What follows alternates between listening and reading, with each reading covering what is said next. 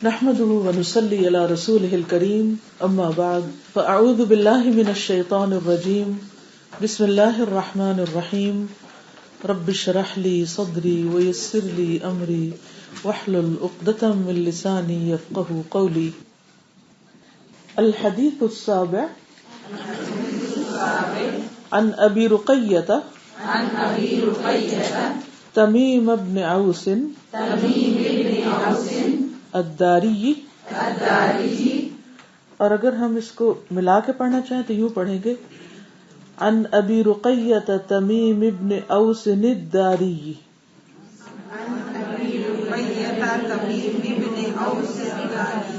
ٹھیک. رضی اللہ عنہ ان النبی صلی اللہ علیہ وسلم قال الدین النصیحة. قلنا لمن؟ قال للہ ولکتابہ ولرسولہ ولأئمة المسلمین وعامتہم. رواہ مسلم. لفظی ترجمہ. عن ابی رقیۃ تمیم بن اوس الداری. ابو رقیہ تمیم بن اوس الداری رضی اللہ عنہ سے روایت ہے ان النبی بے شک نبی صلی اللہ علیہ وسلم نے قال فرمایا الدین دین النصیحۃ خیر خواہی کا نام ہے. قلنا ہم نے کہا لمن کس کے لیے؟ قال فرمایا للہ اللہ کے لیے، ولکتابہ اور اس کی کتاب کے لیے، ولرسولہ اور اس کے رسول کے لیے، ولأئمة المسلمین اور مسلمانوں کے اماموں کے لیے، وعامتہم اور ان کے عوام کے لیے. رواہ مسلم. اسے مسلم نے روایت کیا ہے. امام لیڈر یعنی مسلمز کے لیڈرز کے لیے اور ان کے کامن فوک کے لیے.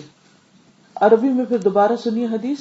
عن ابی رقیۃ تمیم بن اوس الداری رضی اللہ عنہ ان النبی صلی اللہ علیہ وسلم قال الدین النصیحۃ. قلنا لمن؟ قال للہ ولکتابہ ولرسولہ ولأئمة المسلمین وعامتہم. رواہ مسلم. با محاورہ ترجمہ. ابو رقیہ تمیم ابن اوس الداری رضی اللہ عنہ سے روایت ہے کہ رسول اللہ صلی اللہ علیہ وسلم نے فرمایا دین خیرخواہی کا نام ہے. ہم نے عرض کیا کس چیز کی؟ آپ صلی اللہ علیہ وسلم نے فرمایا اللہ کی، اس کی کتاب کی، اس کے رسول کی، مسلمانوں کے ائمہ کی اور تمام مسلمانوں کی. اب اس کو عربی میں سنیے. ایک چیز کی جب بار بار ریپیٹیشن ہوتی ہے تو سیکھنے کا عمل تیز ہو جاتا ہے. ایک چیز جو ایک دفعہ میں سمجھ نہیں آئی دوسری میں آ جائے، دوسری میں نہیں، تیسری میں، چوتھی میں. بہت ہی خوبصورت حدیث ہے کہ الدین النصیحہ، دین خیرخواہی کا نام ہے. یہاں نبی صلی اللہ علیہ وسلم نے صحابہ کرام کو دو لفظ بتائے کہ دین نام ہے خیرخواہی کا. تو صحابہ نے سن کر یہ نہیں کہا کہ اچھا ٹھیک ہے خیرخواہی ہے تو خیرخواہی ہے، بلکہ کیا کیا؟ عرض کیا کس کی خیرخواہی؟ تو آپ صلی اللہ علیہ وسلم نے ان کو تفصیل بتا دی کہ اللہ کی، اس کی کتاب کی، اس کے رسول کی، مسلمانوں کے ائمہ کی اور تمام مسلمانوں کی. اب دیکھیے کہ جب سے آپ نے کتاب شروع کی ہے کئی بار دین کی، اسلام کی، ایمان کی، احسان کی بات ہوئی ہے. حقیقت یہ ہے کہ اگر دیکھا جائے تو دین کے مراتب ہیں، درجے، سٹیپس، سیڑھیاں. پہلا درجہ کون سا ہے جو حدیث جبریل میں آیا ہے؟ کیا ہے؟ اسلام. آپ نے دیکھا ہوگا کہ جب لوگ نئے نئے اسلام میں آتے ہیں تو عام طور پر ان کا فوکس کس پہ ہوتا ہے؟ صرف ظاہری اعمال پہ، نماز، روزہ، حج، زکوٰۃ. وہ اس کے پیچھے دوڑ رہے ہوتے ہیں کہ یہ چیزیں کسی طرح پوری ہو جائیں. اور کامن فوک جو ہے وہ عام طور پر صرف ظاہریت کو ہی زیادہ امپورٹنس دیتا ہے. پھر اس کے بعد جب انسان واقعی سچا ہوتا ہے، خیر خواہ ہوتا ہے، اپنا بھی اور دوسروں کا بھی، تو پھر وہ چاہتا ہے کہ مزید آگے بڑھے. تو اس سے کیا ہوتا ہے؟ ایمان میں ترقی ہوتی ہے. دل کے اندر بھی یقین مزید پختہ ہوتا ہے، زبان سے بھی انسان پھر دین کی بات کرنے لگتا ہے، اور اس کے ساتھ ساتھ عمل میں بھی آگے بڑھتا ہے. اسی لیے اللہ سبحانہ و تعالیٰ نے جب اعراب جو نئے نئے مسلمان ہوئے تھے اور جن کے اندر ابھی کوئی مینرز نہیں تھے، کوئی اور دین کے بہت سے احکامات ان کو پتہ نہیں تھے، تو انہوں نے جب کہا کہ ہم ایمان لائے، وقالت الاعراب آمنا، تو اللہ سبحانہ و تعالیٰ نے کیا فرمایا؟ ولیکن قولوا اسلمنا ولما يدخل الایمان فی قلوبکم. انہوں نے کہا کہ ہم ایمان لائے، فرمایا نہیں ابھی تم اسلام ہی لائے ہو، ابھی لیول 1 پہ ہو، بگنرز ہو، ابھی ایمان تمہارے دلوں میں داخل ہی نہیں ہوا، اس نے جڑ ہی نہیں پکڑی، روٹس نہیں ابھی بنی. تو یہ اگلا سٹیپ ہوتا ہے. جب اس پر انسان آ جاتا ہے تو اس کے بعد پھر انسان کو ایک بے چینی لاحق ہو جاتی کہ اور کیا کروں، کیونکہ ایمان ایک ایسی چیز ہے کہ جس دل میں آ جاتا ہے وہ شخص چین سے نہیں بیٹھ سکتا، وہ اور اچھا کرنا چاہتا ہے اور اچھا کرنا چاہتا ہے. تو پھر وہ ایک تیسری سیڑھی پہ قدم رکھ دیتا ہے، اور وہ ہے احسان کی. پھر اس کی نمازوں کے اندر، اس کے صدقات میں، اس کے معاملات میں، ہر چیز کے اندر ایکسیلنس کا لیول آتا ہے جو بگننگ میں نہیں آتا. اسی لیے آپ دیکھیں گے کہ شروع میں جب لوگ دین کی طرف آتے ہیں تو وہ بےچارے اسٹرگل کر رہے ہوتے ہیں کہ نماز سیکھ لیں یا کچھ اور کام کر لیں، لیکن جو دین ایمان دل کے اندر روٹس پکڑنا شروع کرتا ہے، وہ شجرہ طیبہ جو ہے وہ بڑا ہونے لگتا ہے، اس کی روٹس جو ہیں وہ گہری ہونے لگتی ہیں، تو پھر اس کے پتے اور پھول آنے لگتے ہیں، پھر اس پہ پھل آنے لگتے ہیں. تو یہ پھولوں والی سٹیج ہوتی ہے احسان کی. ابھی ایک درجہ اور بھی ہے، اور وہ کیا ہے؟ نصیحہ کا، کہ انسان کے اندر ایسی کوالٹی پیدا ہو جاتی ہے کہ پھر وہ صرف اپنی ذات کی حد تک اپنی سیلف امپروومنٹ، سیلف گرومنگ کو نہیں دیکھتا، بلکہ وہ ہر ایک کا خیر خواہ ہو جاتا ہے. اسے یہ فکر ہو جاتی ہے کہ میرے اللہ سبحانہ وتعالیٰ کے ساتھ کیسے تعلقات ہیں، میرا معاملہ اس کے رسول کے ساتھ کیسا ہے، کتاب کے ساتھ کیسا ہے، لیڈرز کے ساتھ کیسا ہے، اور عوام کے ساتھ کیسا ہے. تو آج ہم انشاءاللہ العزیز اگلے درجے پہ آگے. تو جو آپ ماشاءاللہ پڑھ رہے ہیں، مجھے امید ہے کہ عملی طور پر بھی آپ اگلے درجے پر جاتے جائیں. اور اس میں ہم سب کو سیلف انالیسس کی بھی ضرورت ہے کہ ہم ایز این انڈیویجول دیکھیں کہ میں کس لیول پہ کھڑی ہوں. کیا بس مجھے 5 نمازیں پوری کرنے کی فکر ہے؟ بعض لوگ ہوتے ہیں نا، ان کو اگر آپ کہیں کہ ذرا دین کی طرف آئیں، سیکھیں، سکھائیں، وہ کہتے ہیں کیا ہم میں کیا خرابی ہے، ہم نماز پڑھتے ہیں، روزہ رکھتے ہیں، حج کرتے ہیں، زکوٰۃ دیتے ہیں، ہم تمہیں مسلمان نہیں لگتے، تم ہمیں کیا سکھانا چاہتے ہو؟ تو ان کو سمجھ نہیں آتی کہ اس سے اگلا درجہ بھی کوئی ہوتا ہے. تو وہ اگلا درجہ جو ہے نا، وہ ظاہریت سے باطن کی طرف جاتا ہے، اور پھر ایمان پختہ ہونے لگتا ہے، پھر انسان کے احساسات اور تیز ہونے لگتے ہیں، پھر وہ احسان کے درجے پر کہ اللہ سے محبت اور اللہ کے خوف کی وجہ سے کام کرتا ہے. اور محبت کا درجہ اصل عبودیت کا درجہ ہوتا ہے، کیونکہ عبادت کہتے ہی ہیں شدید محبت کے ساتھ شدید عاجزی کا اظہار. یعنی ایک طرف محبت ہوتی ہے اور ایک طرف عاجزی ہوتی ہے اللہ سبحانہ تعالیٰ کے سامنے، کہ انسان کے اندر ایسا احساس ہوتا ہے کہ وہ کسی حال میں اپنے کچھ کیے پہ مطمئن ہی نہیں ہوتا کہ میں نے کچھ نہیں کیا، ابھی بہت کچھ کرنا ہے. وہ اپنی نماز پہ راضی نہیں، وہ اپنے صدقہ خیرات پہ راضی نہیں، وہ اپنی عادات پہ راضی نہیں، وہ معاملات پہ راضی نہیں. پھر اس کی بصیرت کی یعنی دل کی آنکھیں کھل جاتی ہیں، کیونکہ احسان کا درجہ یہی ہے نا کہ گویا کہ تم اللہ کو دیکھ رہے ہو، یا یہ محسوس کرو کہ اللہ تعالیٰ تمہیں دیکھ رہا ہے. تو پھر وہ اس کو اپنی غلطیاں نظر آنے لگتی ہیں. پھر وہ جو آج صبح پڑھا کہ دل میں نور آتا ہے تو انسان کو اپنی خطائیں نظر آنے لگتی ہیں. پھر وہ مطمئن ہو کے نہیں بیٹھتا، وہ صرف حلال حرام تک نہیں رہتا، اگرچہ حلال حرام اس کا کنسرن ہوتا ہے، وہ شبہات سے بھی بچنے کی کوشش کرتا ہے. اور جو شبہات سے بچنے لگتا ہے پھر وہ اپنے دین کی حفاظت کر لیتا ہے. جب وہ اپنے اندر اپنے آپ کو اسٹرانگ پاتا ہے تو پھر وہ اوروں کی بھی خیر خواہی کرنے لگتا ہے. تو اس لیے الدین النصیحہ. اب اگلے درجے پہ آ جاؤ، اپنی ذات سے نکلو اور پیغام کو دوسروں تک بھی لے جاؤ، اوروں کی بھی خیر خواہی کرو. واضح؟ تیار ہیں اس کام کے لیے؟ انشاءاللہ. عموماً ہوتا یہ کہ جب شروع میں ہم ذرا دین پڑھنے لگتے ہیں تو ہمیں ایک ریئلائزیشن، سیلف ایکچوائلائزیشن کا وہ ایک عمل شروع ہو جاتا ہے نا کہ ہم تو پتہ نہیں کیا سمجھتے تھے خود کو، اور جو پڑھتے جاتے تو پھر سوچتے کہ ہم کہاں کھڑے. تو پھر واقعی انسان سنجیدگی سے غور و فکر بھی کرنے لگتا ہے. یہ نہیں کہ کلاس روم میں بیٹھے یا کسی مجلس یا کسی درس یا کسی استاد یا شیخ کے پاس بیٹھے اور تھوڑی دیر کے لیے بس خاموش ہو کے ایک آرٹیفیشل ماحول میں سب کچھ لیا اور اس کے بعد لبادہ اتارا وہیں پھینکا اور بس گئے گھر اور بھول بھلا گئے سب.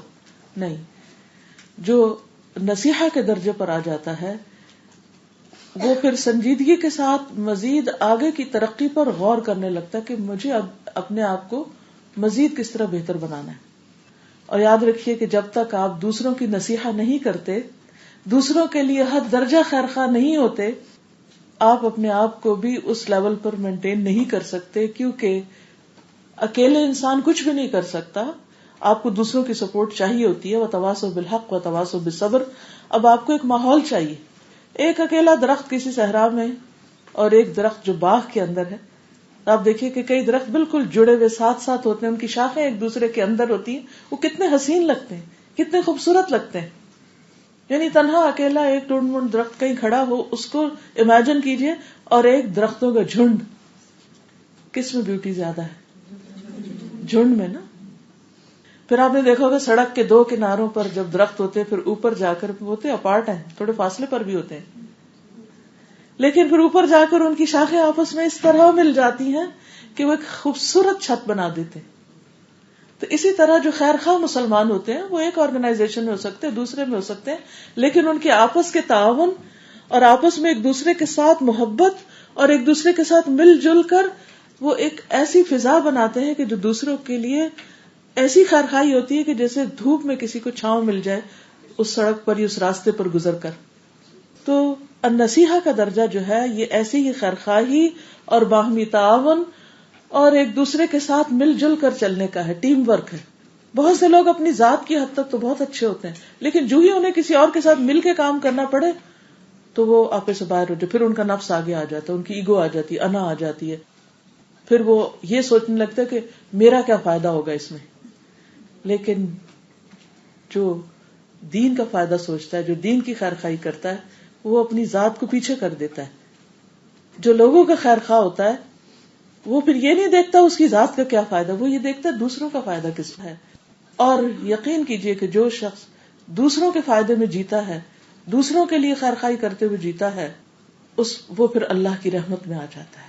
اللہ تعالیٰ اس کے سارے بگڑے کام بنا دیتا ہے، اس کے دل کو اطمینان دیتا ہے، اس کو اپنی راہ دکھا دیتا ہے. اس لیے اگر ہم واقعی یہ سمجھتے ہیں کہ ہمیں دین کی کوئی خدمت کرنی ہے یا ہمارے اس کام سے مسلمز تو کیا نان مسلمز بھی فائدہ اٹھائیں، تو اس کے لیے پھر ہمیں مل جل کے کام کرنا ہوگا، آپس میں اتحاد اتفاق. اور کوئی اتحاد اختلاف کے بغیر نہیں ہوتا، ہر اتحاد اختلاف کے ساتھ ہوتا ہے. اگر وہ اختلاف نہ ہو تو پھر تو وہ ایک ہی درخت ہو نا. اختلاف کا مطلب کیا کہ دو الگ الگ آئیڈینٹیز ہے، دو درخت ہیں، ایک یہ ہے ایک یہ، اور دو ہونے کے باوجود پھر وہ باہم ملے ہوئے. اور دنیا میں جتنی بھی چیزیں وجود میں آتی ہیں باہم چیزوں کے ملاپ سے ہی آتی. انسانی تخلیق کے اوپر آپ نے پیچھے حدیث پڑھی تھی، انسان کی تخلیق کس سے ہوتی؟ دو مختلف انڈیویجولز باہم ملتے ہیں تو اس سے انسان بنتا ہے. پھر اسی طرح ہر چیز کو اللہ نے جوڑے میں پیدا کیا ہے، اور تنہا تو صرف اس کی ذات ہے. تو اس لیے اگر آپ یہ سمجھتے ہیں کہ آپ واقعی کوئی اس دنیا سے کچھ کما کے لے جائیں تو پھر اس کے لیے آپ کو دل بڑے کرنے ہوں گے، اپنی ذات سے اوپر اٹھ کے جا کے بڑے فائدے کے لیے ایک دوسرے کے ساتھ تعاون کرنا ہوگا. یہی الدین و النصیحہ. اور دین کا لفظ جب عربی زبان میں ہم دیکھتے ہیں تو دین کے دو معنی ہیں، ایک ہے عمل اور ایک ہے جزا. تو دین سراسر پریکٹس کا نام ہے، کچھ کرنے کا نام ہے جس کی جزا آخرت میں ملے گی. اسی لیے آپ دیکھیں کہ سورۃ الفاتحہ کے شروع میں ہی آتا ہے نا، مالک یوم الدین، مالک ہے جزا کے دن کا، بدلے کے دن کا. ٹھیک ہے، تو وہاں دین کیا ہے؟ جزا، سزا، بدلہ. کس چیز کا؟ جس طرح کا دین اس کا دنیا میں تھا. آج جو کچھ آپ کریں گے وہی کل آپ پائیں گے، وہی بدلہ پائیں گے. عربی زبان جو ہے یہ ازداد کی زبان بھی ہے، لغت الازداد. اس کے اندر ایسی خوبصورتی ہے کہ بعض اوقات ایک ہی لفظ کے اندر دو اپوزٹ میننگ پائے جاتے ہیں. جیسے دین کے اندر کام بھی ہے اور اس کا بدلہ بھی. اور جب تک آپ کچھ کریں گے نہیں، دین پریکٹس کرنے کی چیز ہے، جب پریکٹس نہیں کریں گے تو جزا بھی نہیں. یہ صرف کرنے کی باتیں نہیں ہیں بلکہ اس کے اوپر عمل کرنا ضروری ہے. جو کچھ ہم لے رہے ہیں یہ پریکٹس کے لیے. اور نصیحہ کا لفظ جو ہے یہ نصح سے ہے، نون صاد ہا، نصح. نصح کا مطلب ہوتا ہے خیرخواہی کرنا، خالص ہونا، خلوص برتنا، سنسیئر ہونا، وفادار ہونا.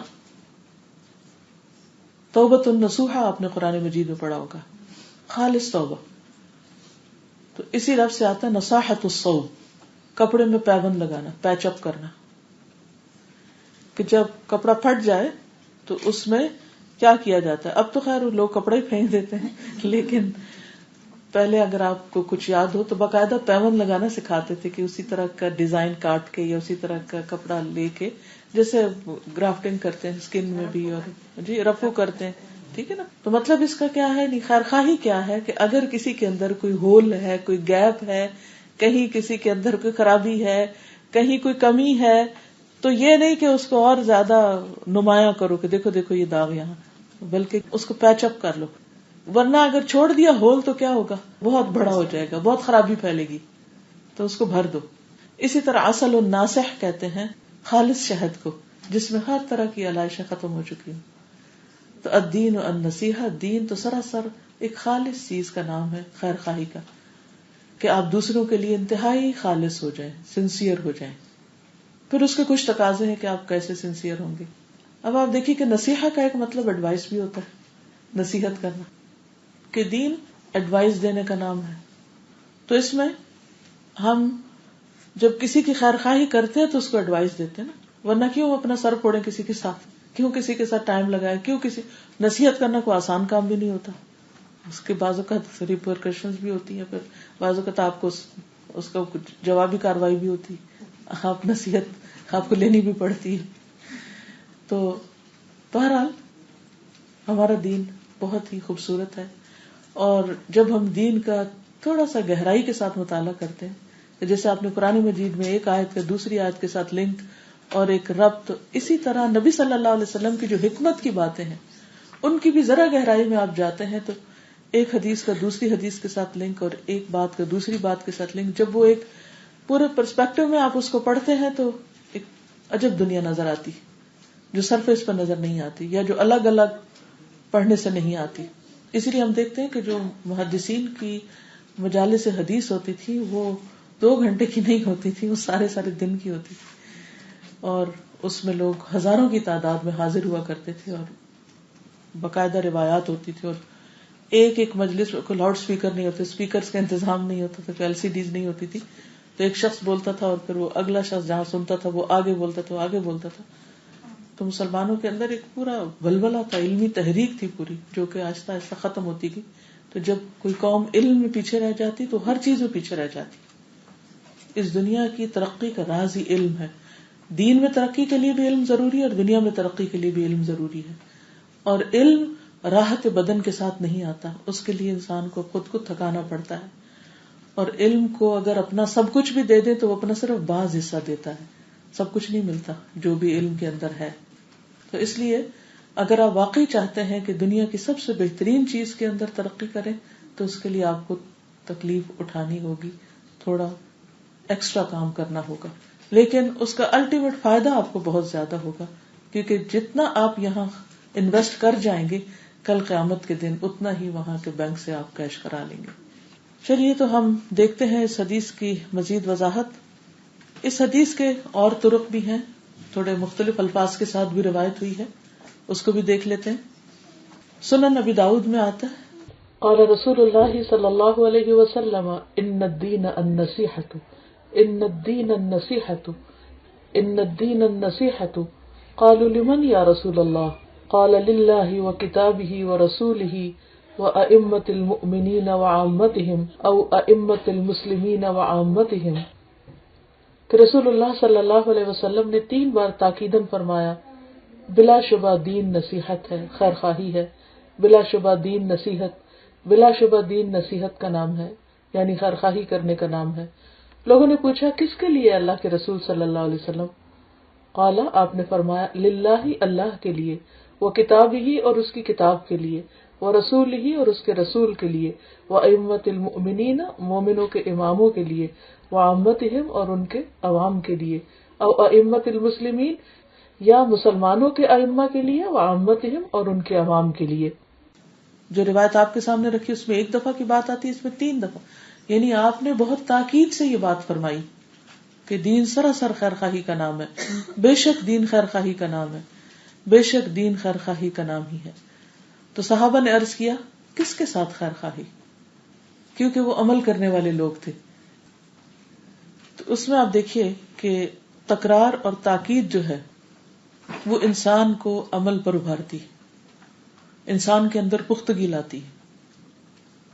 تو ہمیں بھی اپنے آپ کو بار بار یہ یاد دہانی کراتے رہنا چاہیے کہ میں ایک دیندار شخص نہیں ہو سکتی جب تک کہ میں اپنے اندر خیر خواہی نہ لاؤں، جب تک میرے اندر یہ کوالٹی نہ آ جائے. یہ حدیث ابو رقیہ نے روایت کی ہے یہ مرد، لیکن ان کی کنیت میں مؤنث نام آ رہا ہے. تو جیسا کہ پہلے بھی میں نے عرض کیا کہ کنیت لڑکے کے نام پر بھی ہو سکتی ہے، لڑکی کے نام پر بھی ہو سکتی ہے، انسانوں کے ناموں پر بھی ہو سکتی ہے، اور جانوروں کے نام پر بھی ہو سکتی ہے، جیسے ہریرہ اور حفص. اکثریت جو ہے وہ مذکر کی بنا پہ ہوتی ہے، لیکن کبھی مؤنث کے ساتھ بھی.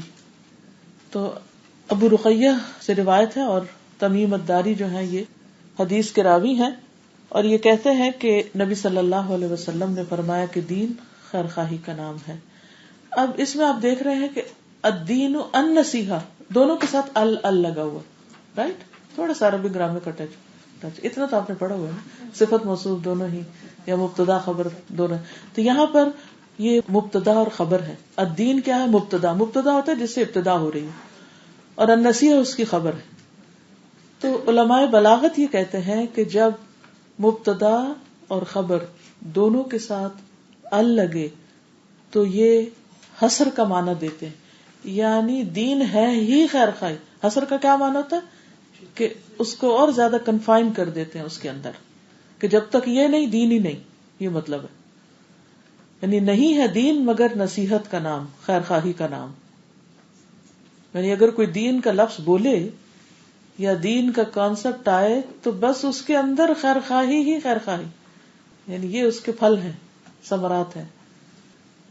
کیونکہ اگر کسی درخت پہ پھل ہی نہیں لگتے، کسی دوسرے کو اس کا فائدہ نہیں پہنچتا، تو اس کا پھر اتنا فائدہ نہیں جتنا ایک پھلدار درخت کا ہے. اور جس پھل کے اندر بیج ہی نہ ہو تو وہ اس کے لیے صدقہ جاری ہی نہیں بنتا. ٹھیک ہے نا؟ تو دین کا نام آتے ہی کیا خیال آئے کہ یہ سب کے لیے اچھا ہی سوچنا ہے، سب اوپر والوں کے لیے بھی اور اپنے سے چھوٹوں کے لیے، اپنے برابر والوں کے لیے، اللہ اور اس کے رسول کے لیے، جو کتاب اس نے بھیجی اس کے لیے، اور باقی سب کے لیے. ہر ایک کے لیے اچھا ہونا ہے، بس یہ ہے ہماری زندگی کا مشن. ہر ایک کی بھلائی چاہنی ہے مجھے. تو آپ دیکھیے کہ خالص چیز جو ہوتی ہے، اخلاص والی چیز، ہر ایک کو پسند آتی ہے. ہر کوئی آرگینک فوڈ کی طرف جا رہا ہے، خواہ وہ کتنا ہی مہنگا کیوں نہ ہو، اور اس پہ زیادہ پیسے دے کے تو بھی دکھ نہیں ہوتا. خوشی سے لوگ لیتے ہیں، اور لے کے بڑی تسلی ہوتی ہے ان کو کہ خالص ہے یا اصلی چیز ہے، اس میں کوئی ملاوٹ نہیں، اور یہ ہمارے فائدے کی. تو دین بھی وہی قابل قبول ہے جس کے اندر کوئی ملاوٹ نہ ہو، نہ اندر نہ باہر، اور جو سب کے فائدے کا ہو. اور پھر یہاں پر یہ معنی بھی نکلتا ہے کہ دین خالص کر دینے کا نام ہے، یعنی ان سب کے ساتھ اپنے تعلق خالص کرنے کا. تو اس میں 2 چیزیں جمع ہو جاتی ہیں، ایک اخلاص اور ایک اصلاح. کیونکہ خالص کرنے کے لیے کیا چاہیے ہوتا ہے؟ مثلا آپ نے چاولوں کے اندر سے چن لیے پتھر، تو آپ نے کیا کیا؟ اس کو خالص کر دیا. شہد کے اندر سے امپیورٹیز نکالی، کسی بھی چیز کے اندر سے. یعنی جب آپ کسی کی خیر خواہی سوچتے ہیں تو آپ اس کے اندر سے کیا نکالنا چاہتے ہیں؟ یہی خیر خواہی ہے نا. کسی کے کام آنا، اس کی مدد کرنا، اس کی ویکنیسز کے اوپر پردہ ڈالنا، اس کی ویکنیسز کو دور کرنا، اس کے علم میں اضافہ کرنا، اس کی کوئی اور ضرورت ہے تو وہ پوری کرنا. اور خاص طور پر خالص کوئی چیز اس وقت ہوتی ہے جب اس کے اندر سے صفائی ہو جائے. تو آپ احسان کے درجے پہ فائز ہو کے اپنی صفائی تو کر چکے، لیکن وہ قائم نہیں رہ سکتی جب تک کہ آپ دوسروں کی خیر خواہی اور دوسروں کی صفائی کا کام نہ کریں. تو اس میں دو چیزیں آئیں گی، اخلاص اور اصلاح. اللہ، رسول اور کتاب کے ساتھ اخلاص، اور ائمہ اور عوام کی اصلاح. رائٹ؟ یعنی لغت میں اگر معنی دیکھیں تو النصیحہ کا مطلب، نصح کا مطلب اخلاص اور تخلیص دونوں آتے ہیں. یعنی کسی چیز کو خالص کرنا اور علیحدہ کرنا اور صاف کرنا. تو جب اللہ تعالیٰ کے لیے ہوگا، اس کی کتاب کے لیے، اس کے رسول کے لیے، تو کیا معنی ہوگا؟ اصلاح کا نہیں ہوگا، اخلاص کا ہوگا. اور جب عوام اور ائمہ کے لیے ہوگا تو پھر اصلاح کا ہوگا، کہ ان کا بھلا چاہنا، ان کے ساتھ بھی وفادار رہنا. لیکن زیادہ تر اس میں کیا مفہوم آتا ہے؟ خالص کرنا، صاف کرنا. اور پھر ہمارے دین میں تو صرف انسانوں کے لیے نہیں بلکہ دوسری احادیث سے ہمیں پتہ چلتا ہے کہ مومن تو ہر چیز کے لیے مخلص ہوتا ہے، حتیٰ کہ جانوروں کے لیے، انوائرمنٹ کے لیے، ریسورسز کے لیے، ہر ایک کے لیے اس کا یہ خلوص ہوتا ہے، اس کی یہ خیر خواہی ہوتی ہے.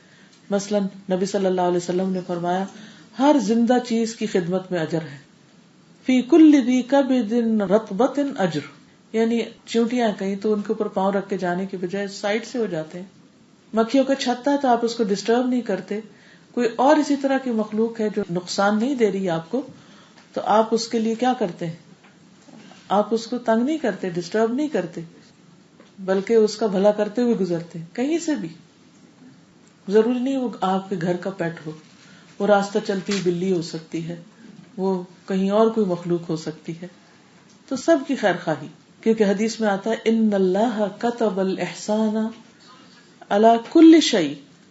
اللہ تعالیٰ نے ہر چیز کے ساتھ احسان لکھ دیا، ہر معاملے میں احسان لکھ دیا کہ سب کے لیے اچھا کرو. تو یوں کانسیپٹ آتا ہے کہ اللہ تعالیٰ نے جیسے دین کو نصیحہ کے اندر بند کر دیا، یعنی محصور کر دیا یا حصر کر دیا یا اس کے اندر ایک طرح سے ڈال دیا ہے، کیونکہ یہ اس کا غالب عنصر ہے، یہ اس کا سب سے اہم پہلو ہے، ہائر سٹیج ہے، ہو گئی نا، اوپر کا ٹاپ کا لیول ہے. جیسے الحج عرفہ کہا جاتا ہے، حج عرفات کی حاضری کا نام. اس کا کیا مطلب ہے کہ باقی کوئی چیز نہیں حج میں ہے نا، لیکن عرفہ کا قیام جو ہے وہ ٹاپ پر ہے. عرفہ کے بعد آپ کی واپسی شروع ہو جاتی، ڈکلائن شروع ہو جاتا ہے. پہلے آپ ایک سٹیپ پہ جاتے ہیں، دوسرے پہ، تیسرے پہ، پھر عرفہ میں پہنچ جاتے ہیں، پھر اس کے بعد آپ واپس آتے ہیں. تو الحج عرفہ. اسی طرح اسلام، ایمان، احسان، اور پھر آپ نصیحہ پہ آگے. اور یہ نصیحہ اوپر کے جو چیز ہے نا، وہ سب چیزوں کو گھیرے ہوئے، ہر چیز اس کے اندر آ جاتی، سب کو کور کر لیتی. تو دین کا جہاں تک تعلق ہے، جب دین کی ہم بات کرتے ہیں اس کا مطلب یہ ہے کہ جب ہم عمل کرنے پہ آئیں گے، معاملہ کرنے پہ آئیں گے، ہمارا معاملہ جب اللہ تعالی کے ساتھ ہوگا، اللہ کے حقوق ادا کریں گے، اس کے رسول صلی اللہ علیہ وسلم کے حقوق ادا کریں گے، اس کی کتاب کا حق دیں گے، لیڈرز کا حق دیں گے، عوام کا حق دیں گے، تو ہمارے اندر خیر خواہی ہوگی. اور واقعی ہم ایکشن لینے والے ہوں گے، کچھ کر کے دکھائیں گے، صرف زبانی کلامی نہیں. کیونکہ جب خیر خواہی کی بات آتی ہے نا، تو ہم یہ سمجھتے ہیں کہ شاید بس دل میں اچھا ہونا چاہیے، ہمارا دل بہت اچھا آپ کے لیے. لیکن اگر آپ یہ کہیں کہ میرے ساتھ مل کے کوئی کام کرو، تو وہ ذرا ہماری مجبوری ہے. تو یہ خیر خواہی نہیں ہے. خیر خواہی کیا ہے کہ اپنی ضرورت پیچھے کر کے دوسروں کی ضرورت آگے رکھ لو. خود غرضی میں نہیں جیو، صرف اپنے لیے نہیں جیو، صرف اپنا فائدہ نہیں سوچو. اب آپ دیکھیے کہ نبی صلی اللہ علیہ وسلم چاہتے تو یہ بھی فرما سکتے تھے، پہلے ہی درجے پہ فرماتے کہ دین نصیحت ہے، اس کے لیے، اس کے لیے، اس کے لیے. لیکن آپ نے ایسا نہیں فرمایا، بلکہ پہلے ایک بات کو 3 دفعہ کہا، لوگوں کو متوجہ کر لیا تاکہ ان کو سمجھ آ جائے بھی اٹس ویری امپورٹنٹ کہ آپ کو خاص بات کہہ رہے ہیں اور اس پہ مجھے کان دھرنے اور مجھے کر کے ہی گزارا کہ یہ بغیر چارہ نہیں، کرنا ہی پڑے گا. تو پھر آپ کہتے ہیں اچھا اب میں جاننا چاہتا ہوں کہ کیا کرنا پڑے گا. تو اگر شروع میں ہی سب بتا دیا جاتا نا تو ذہن اتنا میچور نہیں ہوتا. سوچئے اگر ترتیب یوں ہوتی کہ پہلی حدیث میں الدین والنصیحہ ہوتا اور پھر اس کے بعد احسان کی بات کر دی جاتی، تو یہ قبل از وقت کسی سے کچھ ایکسپیکٹ کرنا. ایک بچہ جب چلنا سیکھتا ہے تو پہلے وہ کرال کرتا ہے، وہ اٹھ کے سیدھا نہیں کھڑا ہو جاتا. تو اسی طرح ہمیں لوگوں کو بھی ٹائم دینا چاہیے اور ان کے اوپر فرسٹریٹ نہیں ہونا چاہیے، کرتے جانا چاہیے، ان کے ساتھ خیر خائی کرتے جانا چاہیے، سکھاتے جانا چاہیے، اور ان سے حسن ظن رکھنا چاہیے، اور کرتے کرتے کرتے صبر سے کام لیتے لیتے پھر ایک وقت آتا ہے کہ وہ بھی نصیحہ کے لیول پہ پہنچ جاتے ہیں جو شروع میں نہیں ہوتا. چاہے یہ آپ کے اپنے بچوں کے ساتھ معاملہ ہے، چاہے شوہر کے ساتھ ہے، چاہے دوستوں کے ساتھ، رشتہ داروں کے ساتھ. یہ مت سوچیں کہ وہ دین جو آپ نے کئی سالوں میں سیکھا وہ 4 دن میں ان کے اندر سب کچھ آ جائے. ہم فوراً ان سے وہی ایکسپیکٹ کرنے لگتے ہیں جو ہم خود کر رہے تھے. بھئی اللہ کا آپ پر بہت بڑا احسان ہے، اللہ نے آپ کو بہت زیادہ سمجھ دی جو ان کے پاس شاید نہیں ہے. کیونکہ سمجھ کے بھی تو لیول ہوتے ہیں نا. ابو بکر کی سمجھ کا لیول کچھ اور تھا اور باقیوں کی سمجھ کا کچھ اور منافقین کی تو لا یفقہون، کوئی سمجھ ہی نہیں تھی. لا یشعرون، لا یعلمون. تو ایسے لوگ بھی ہوتے ہیں جو جان کے بھی انجان ہوتے ہیں، سمجھ کے بھی ناسمجھ ہوتے ہیں. اس لیے ہمیں ہر ایک کو اس کے مقام پر رکھنا چاہیے اور اس سے بس اتنا ہی ایکسپیکٹ کرنا چاہیے جتنا اس کا کیلیبر ہے، یا جتنا اس کا پوٹینشیل ہے، یا جتنا وہ کرنے کے لائق ہے. اب ایک بدو کو آپ کہتے ہیں اچھا یہ 5 چیزیں کر لو گے تو بس تم جنت میں جاؤ، وہ کہتا نہ میں کم کروں گا نہ زیادہ، اس کے لیے وہی کافی ہو گیا. لیکن سب کے لیے وہ کافی نہیں ہے. اسی لیے کہتے ہیں نا کہ جو عام لوگوں کی نیکیاں ہوتی ہیں وہ مقربین کی خطائیں ہوتی ہیں. حسنات الابراری سیئات المقربین. عام لوگ جس کو نیکی سمجھ کے کر رہے ہوتے ہیں وہ مقربین سے وہ نہیں ایکسپیکٹ کیا جاتا، ان سے کچھ اور ایکسپیکٹیشن ہوتی ہے، وہ ان کے حق میں خطا ہوتی ہے، ان سے اس سے بڑھ کے کچھ چاہیے. اور ویسے بھی آپ دیکھیے قرآن مجید میں بھی سورۃ الواقعہ میں لوگوں کے 3 گروپس بتائے گئے، اصحاب الشمال، اصحاب الیمین اور پھر مقربین سابقون. تو کچھ لوگ ساری زندگی پہلے ہی درجے پہ رہتے ہیں، کچھ دوسرے پہ آ جاتے ہیں، کچھ تیسرے پہ آ جاتے ہیں، اور کچھ اس سے اگلے درجے پہ آتے ہیں. اور آپ نے دیکھا ہوگا کہ جو جو اوپر چڑھائی ہوتی ہے تو ہمت والے باقی رہ جاتے ہیں اور باقی بیٹھ جاتے ہیں، باقی نہیں آگے بڑھو. کہتے ہیں بس کرو، اس سے آگے نہیں جا سکتے. اب یہ آپ کی اپنی ہمت ہے، آپ نے کس درجے پہ جانا ہے، کہاں تک پہنچنا ہے. کیونکہ جو جنت الفردوس چاہتا ہے، جو اللہ کا قرب چاہتا ہے، اللہ کا دیدار چاہتا ہے، وہ کبھی بھی تھک کے بیٹھنے والا نہیں. وہ یہ نہیں کہے گا کہ بس بس بہت ہو گیا، میرے لیے اتنا ہی کافی. وہ کبھی بھی اپنے سے راضی نہیں ہوگا، مرتے دم تک راضی نہیں ہوگا، اور وہ ہمیشہ آگے سے آگے بہتر سے بہتر کی تلاش میں رہے گا. پر آپ دیکھیں کہ نبی صلی اللہ علیہ وسلم کا انداز ایسا ہے کہ آپ صرف 2 لفظ میں بات کر رہے ہیں، الدین والنصیحہ. 2 لفظ میں تجسس بھی ابھار دیا اور طالب علم کو سوال پہ مجبور کر دیا کہ وہ پوچھے اچھا پھر کریں کیا. تو کرنا کیا ہے نا، یعنی کرنے کے لیے تیار ہو گئے، عمل کے لیے آگے بڑھ رہے ہیں. تو پھر بتایا گیا کہ للہ، اللہ کے لیے، یعنی اللہ کے رائٹس. تو النصیحہ جب اللہ کے لیے ہوگی تو اللہ کے رائٹس کی بات ہو رہی ہے اور اس میں اخلاص کی بات ہو رہی ہے. تو اس میں نمبر 1 اللہ کی خالص عبادت کرنا بغیر کسی شرک کے، پھر اس کی ربوبیت، الوہیت اور اسماء و صفات میں اس کی وحدانیت کی گواہی دینا. یعنی ایک تو اللہ کی خالص عبادت کرنا، پھر اس کی ربوبیت یعنی اس کو رب ماننا کہ اسی نے مجھے پیدا کیا ہے، وہی میرا مالک ہے، وہی مجھے رزق دیتا ہے، اسی کے پاس مجھے واپس جانا ہے، بس وہ اکیلا ہی ہے جو یہ سب کچھ کرتا ہے. الوہیت وہی الہ ہے، اسی کی عبادت کرنی ہے، معبود وہی ہے. اور اسماء و صفات کہ اللہ سبحانہ وتعالیٰ کے جتنے بھی نام ہیں اور جتنی بھی صفات ہیں وہ سب اکیلے اسی کی ہیں، اس میں کوئی اور شریک نہیں. بعض اوقات کچھ ناموں میں مماثلت ہوتی ہے، صفات میں مماثلت ہوتی ہے، تو وہ صرف ظاہری مماثلت ہوتی ہے، حقیقی مماثلت نہیں. مماثلت کا مطلب ہوتا ہے ایک جیسا ہونا. وہ انشاءاللہ میرا ارادہ ہے اب اللہ تعالیٰ کے نام پڑھانے کا، تو اس میں اس چیز کو بھی واضح کروں گی کہ بعض اوقات ہم وہ لفظ عام بندوں کے لیے بھی دیکھتے ہیں، جیسے کریم نام کسی کا ہوتا ہے تو اگر اللہ تعالیٰ کے لیے لفظ استعمال ہو رہا ہے تو پھر کیا وہ ایک جیسے ہے، کیا اس میں کچھ شرک آ گیا، کیا معنی بنتا ہے، یہ باتیں پتہ ہونی چاہیے. بہرحال تو جب اللہ تعالیٰ کے لیے آپ خالص ہوں گے تو آپ کی محبت خالص محبت ہونی چاہیے، سب سے بڑھ کر. جس میں کوئی اور شریک نہ ہو، یعنی جیسی محبت اس سے ہو ویسی کسی اور سے نہ ہو. شدید محبت اللہ تعالی سے، اور اس کی مخلوق کے ساتھ بھی پھر خیر خواہی. اللہ سبحانہ تعالیٰ کے لیے سب سے زیادہ خالص وہ ہوتا ہے جو اس کی عبادت کا شوق رکھتا ہے. یعنی محبت کیا تقاضا کرتی ہے کہ ہمیں اس کی عبادت کا شوق ہو، نماز کا شوق ہو، نماز اس کی آنکھوں کی ٹھنڈک ہو. ذرا دیکھ لیں کہ ہمارے اندر کیا ہے، کیا ہم اس درجے پہ ہیں. پھر اس کی ذات کے، اس کی صفات جو ہیں اس کے اندر غور و فکر، اسی سے خوف، اس پر یقین اور اعتماد، اسی پہ توکل، اسی سے امیدیں، اس کی رضا کی طلب، یہ سب کچھ اسی کے لیے خالص. بیعت عقبہ کے موقع پر ایک شخص ابو امامہ رضی اللہ عنہ بولے، اے محمد صلی اللہ علیہ وسلم، پہلے آپ اپنے رب کے لیے جو چاہیں مطالبات پیش کریں کہ یعنی اللہ تعالیٰ ہم سے کیا چاہتے ہیں، پھر یہ بتائیے کہ اس پر اللہ تعالیٰ سے اور آپ سے ہمیں کیا ملے گا. اگر ہم نے آپ کے مطالبات پورے کر دیے. بیعت عقبہ کب ہوئی تھی؟ ہجرت مدینہ سے پہلے. کہ ہمیں کیا کرنا ہوگا. تو رسول اللہ صلی اللہ علیہ وسلم نے جو جواب دیا وہ اس معنی کو بہت اچھی طرح واضح کرتا ہے.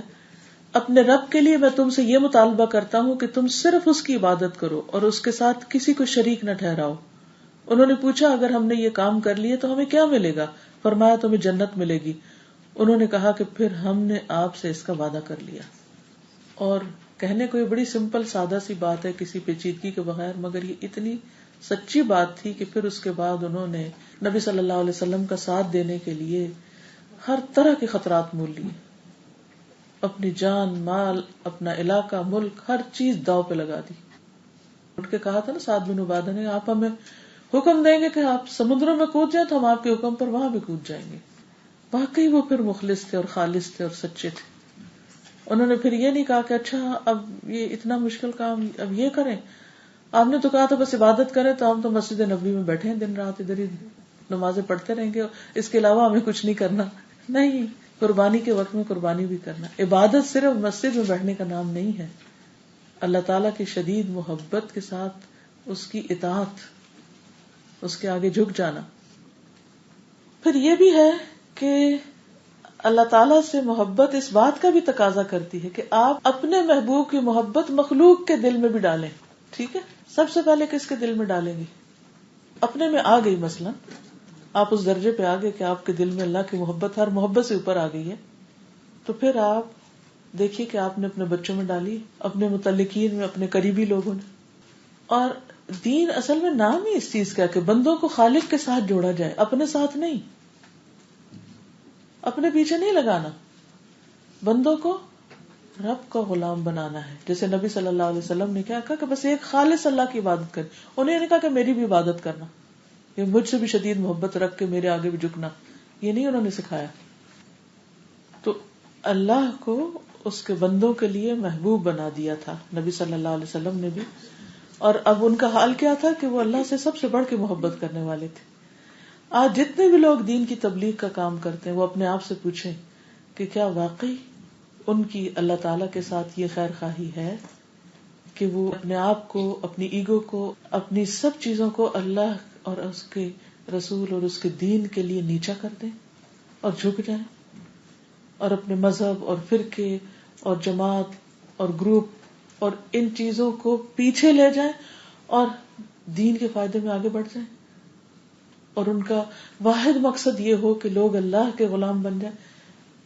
ربیع ابن عامر جب ایران کے لیے گئے تھے فتح کرنے کے لیے ان علاقوں کے، تو جب ان کو دربار میں بلا کر پوچھا گیا تھا کہ تم لوگ کے آنے کا مقصد کیا ہے، کہ کیوں چڑھائی کر رہے ہو، انہوں نے اتنے کانفیڈنٹ سے کہا تھا کہ لوگوں کو بندوں کی غلامی سے نکال کے اللہ کی غلامی میں دینے کے لیے، دس از اوور ہول سول مقصد، دیٹس اٹ.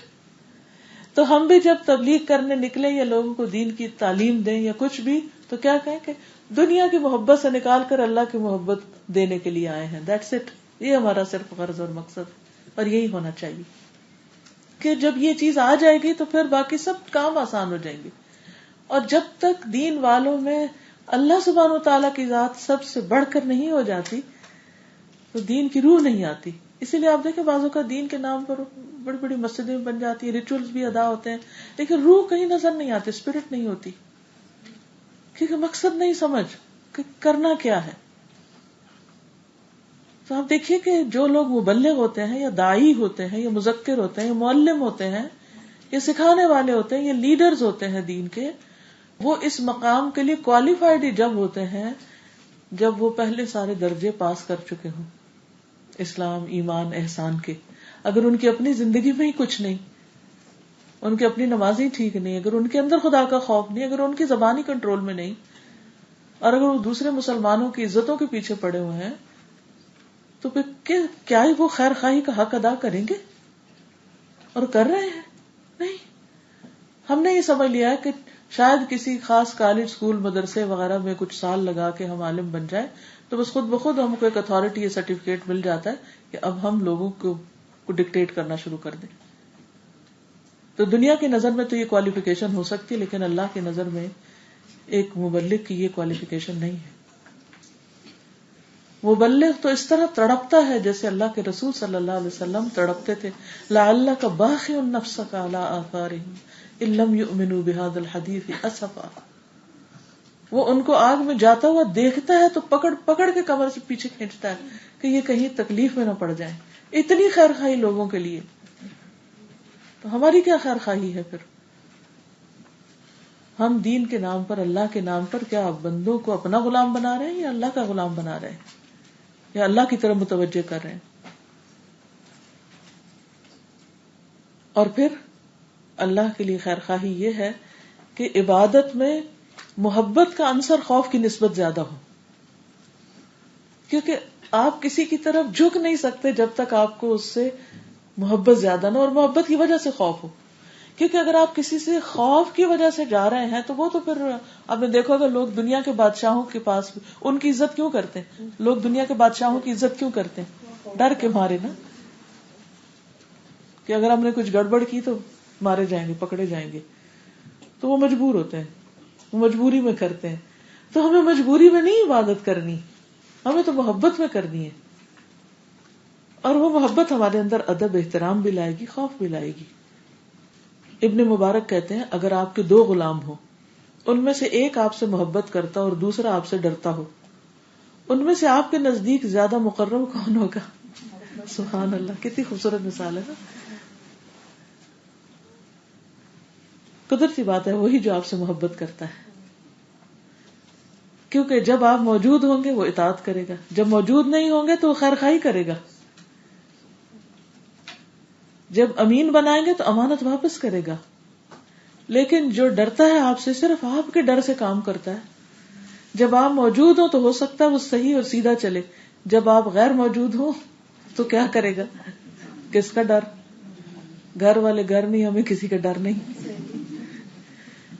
اس صورت میں وہ آپ کے ضروری حکم میں کوتاہی کرے گا، آپ کی امانت واپس نہیں کرے گا، ہو سکتا لے کے بھاگ ہی جائے گا. تو اس سے یہ پتہ چلتا ہے کہ عبادت میں، اللہ کا بندہ بننے میں خوف سے زیادہ محبت ہونی چاہیے. تو اپنے بچوں کے دلوں میں بھی اللہ کی محبت زیادہ ڈالیں، اپنے اسٹوڈینٹس کے دلوں میں، اپنے متعلقین کے، جس کے ساتھ بھی آپ کا معاملہ ہو، تو ایسی محبت اللہ تعالیٰ سے ہو جائے کہ شوق سے بھاگ بھاگ کے اس کی طرف جائیں. یہ ہے اللہ کے ساتھ خیر خواہی، یہ ہے اللہ کا حق. اس کے بعد اللہ کی کتاب، کیونکہ وہ اللہ کا کلام ہے. آپ نے کبھی سوچا کہ یہ کلام بولا ہوا ہے اللہ تعالیٰ کا؟ یہ الفاظ جو آپ تک آئے ہیں یہ اللہ سبحانہ وتعالیٰ نے بول کر جبریل علیہ السلام کو دیے ہیں، ہاں، اور جبریل علیہ السلام نے سن کر اللہ سبحانہ وتعالیٰ سے اخذ کیے ہیں، اور پھر وہ محمد صلی اللہ علیہ وسلم کے پاس لائے ہیں اور ان کو سنائے ہیں، اور پھر محمد صلی اللہ علیہ وسلم نے آگے صحابہ کو سنائے بھی اور لکھوائے بھی، پھر وہ لکھنے کا کام شروع ہوا. نا یہ اللہ کا کلام ہے، اسپیچ.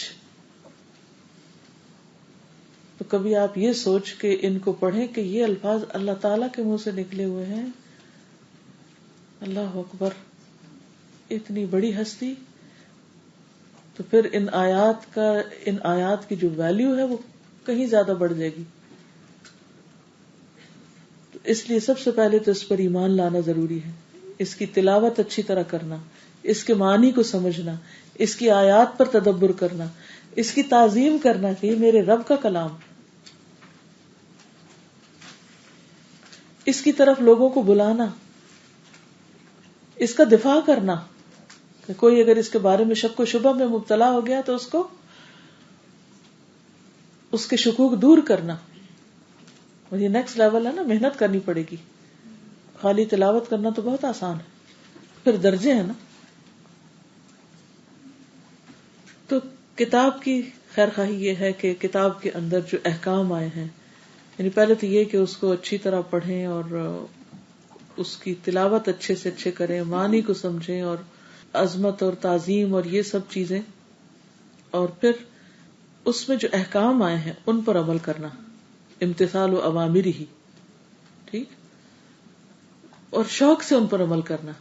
یہ نہیں کہ دل تنگ ہونے لگے، اچھا اب یہ صورت شروع ہو گئی، اب پتہ نہیں کیا کرنا پڑے گا، اور اب یہ حکم آ جائے گا تو پھر تو زندگی بڑی مشکل ہو جائے گی. نہیں، محبت کے ساتھ کہ نہیں میں اللہ میں راضی ہوں، میں تیار ہوں، آپ جو کہیں گے میں مانوں گی، اور جس چیز سے آپ روکیں گے رک جاؤں گی، اور جو حلال ہے اسی کو حلال مانوں گی، اور جو حرام ہے اس کو حرام سمجھوں گی. اور پھر آپ دیکھیے کہ قرآن مجید کی ایسی تصدیق کرنا کہ دل میں کوئی شک نہ ہو، کیونکہ اللہ سبحانہ وتعالی نے کیا فرمایا، ذالک الکتاب لا ریب فیہ. اگر کوئی بات ہمارے دنیاوی علم سے کنٹراڈکٹ کرتی ہے تو دنیاوی علم خواہ وہ کتنے بھی کوئی دعوے کرے کہ یہ پروفڈ ہے، پھر بھی آپ اس کو پیچھے چھوڑ دیں گے اور کتاب اللہ کو لے لیں گے کہ یہ اللہ کا کلام ہے جس کا علم سب سے زیادہ ہے، میں اسی کو مانتی ہوں.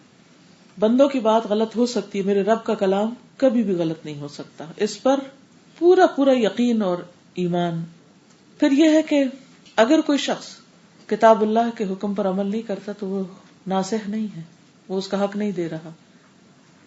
وہ جو حکم ہے کہ الدین والنصیحہ للہ ولکتابہ، تو وہ کتاب کا خیر خواہ نہیں ہے، یہ کتاب کے ساتھ اس کا اخلاص نہیں ہے.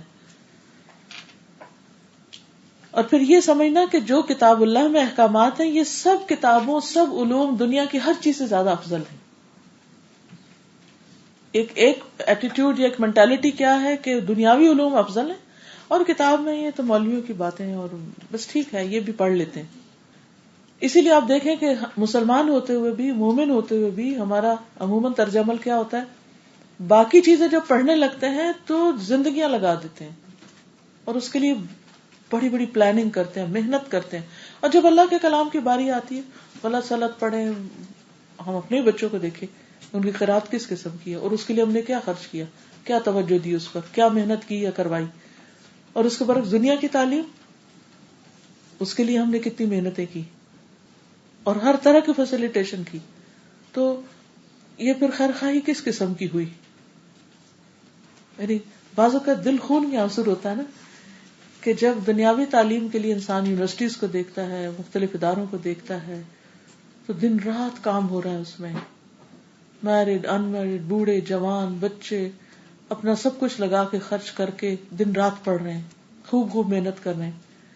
اور اگر کوئی قرآن کا طالب علم ہے تو وہ اس کو بس ایک پارٹ ٹائم کام کے طور پر لیتا ہے، اس کے لیے اہتمام نہیں ہے. میری خیر خواہی تو نہیں نا. آخر اتنے ریسورسفل مسلمز ہوتے ہوئے کیوں نہیں ہمارے پاس وہ تحقیق کے ادارے، تعلیم کے ادارے کہ جس میں ایسی ٹیمز تیار ہوں کہ جو واقعی قرآن کا دفاع بھی کریں. آج ہمارے بچوں کو، مسلمانوں کو کوئی دو اعتراض کر دے نا قرآن پر تو ان کے پاس جواب نہیں ہوتا دینے کے لیے، وہ خود بھی شکی ہو جاتے ہیں.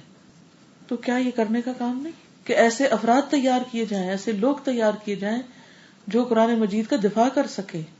دیکھیے اگر آپ پر، آپ کی ذات پر یا آپ کے بچے پر کوئی الزام لگاتا ہے، اس کو ڈیفیم کرتا ہے، تو آپ ایسے بیٹھے رہیں گے؟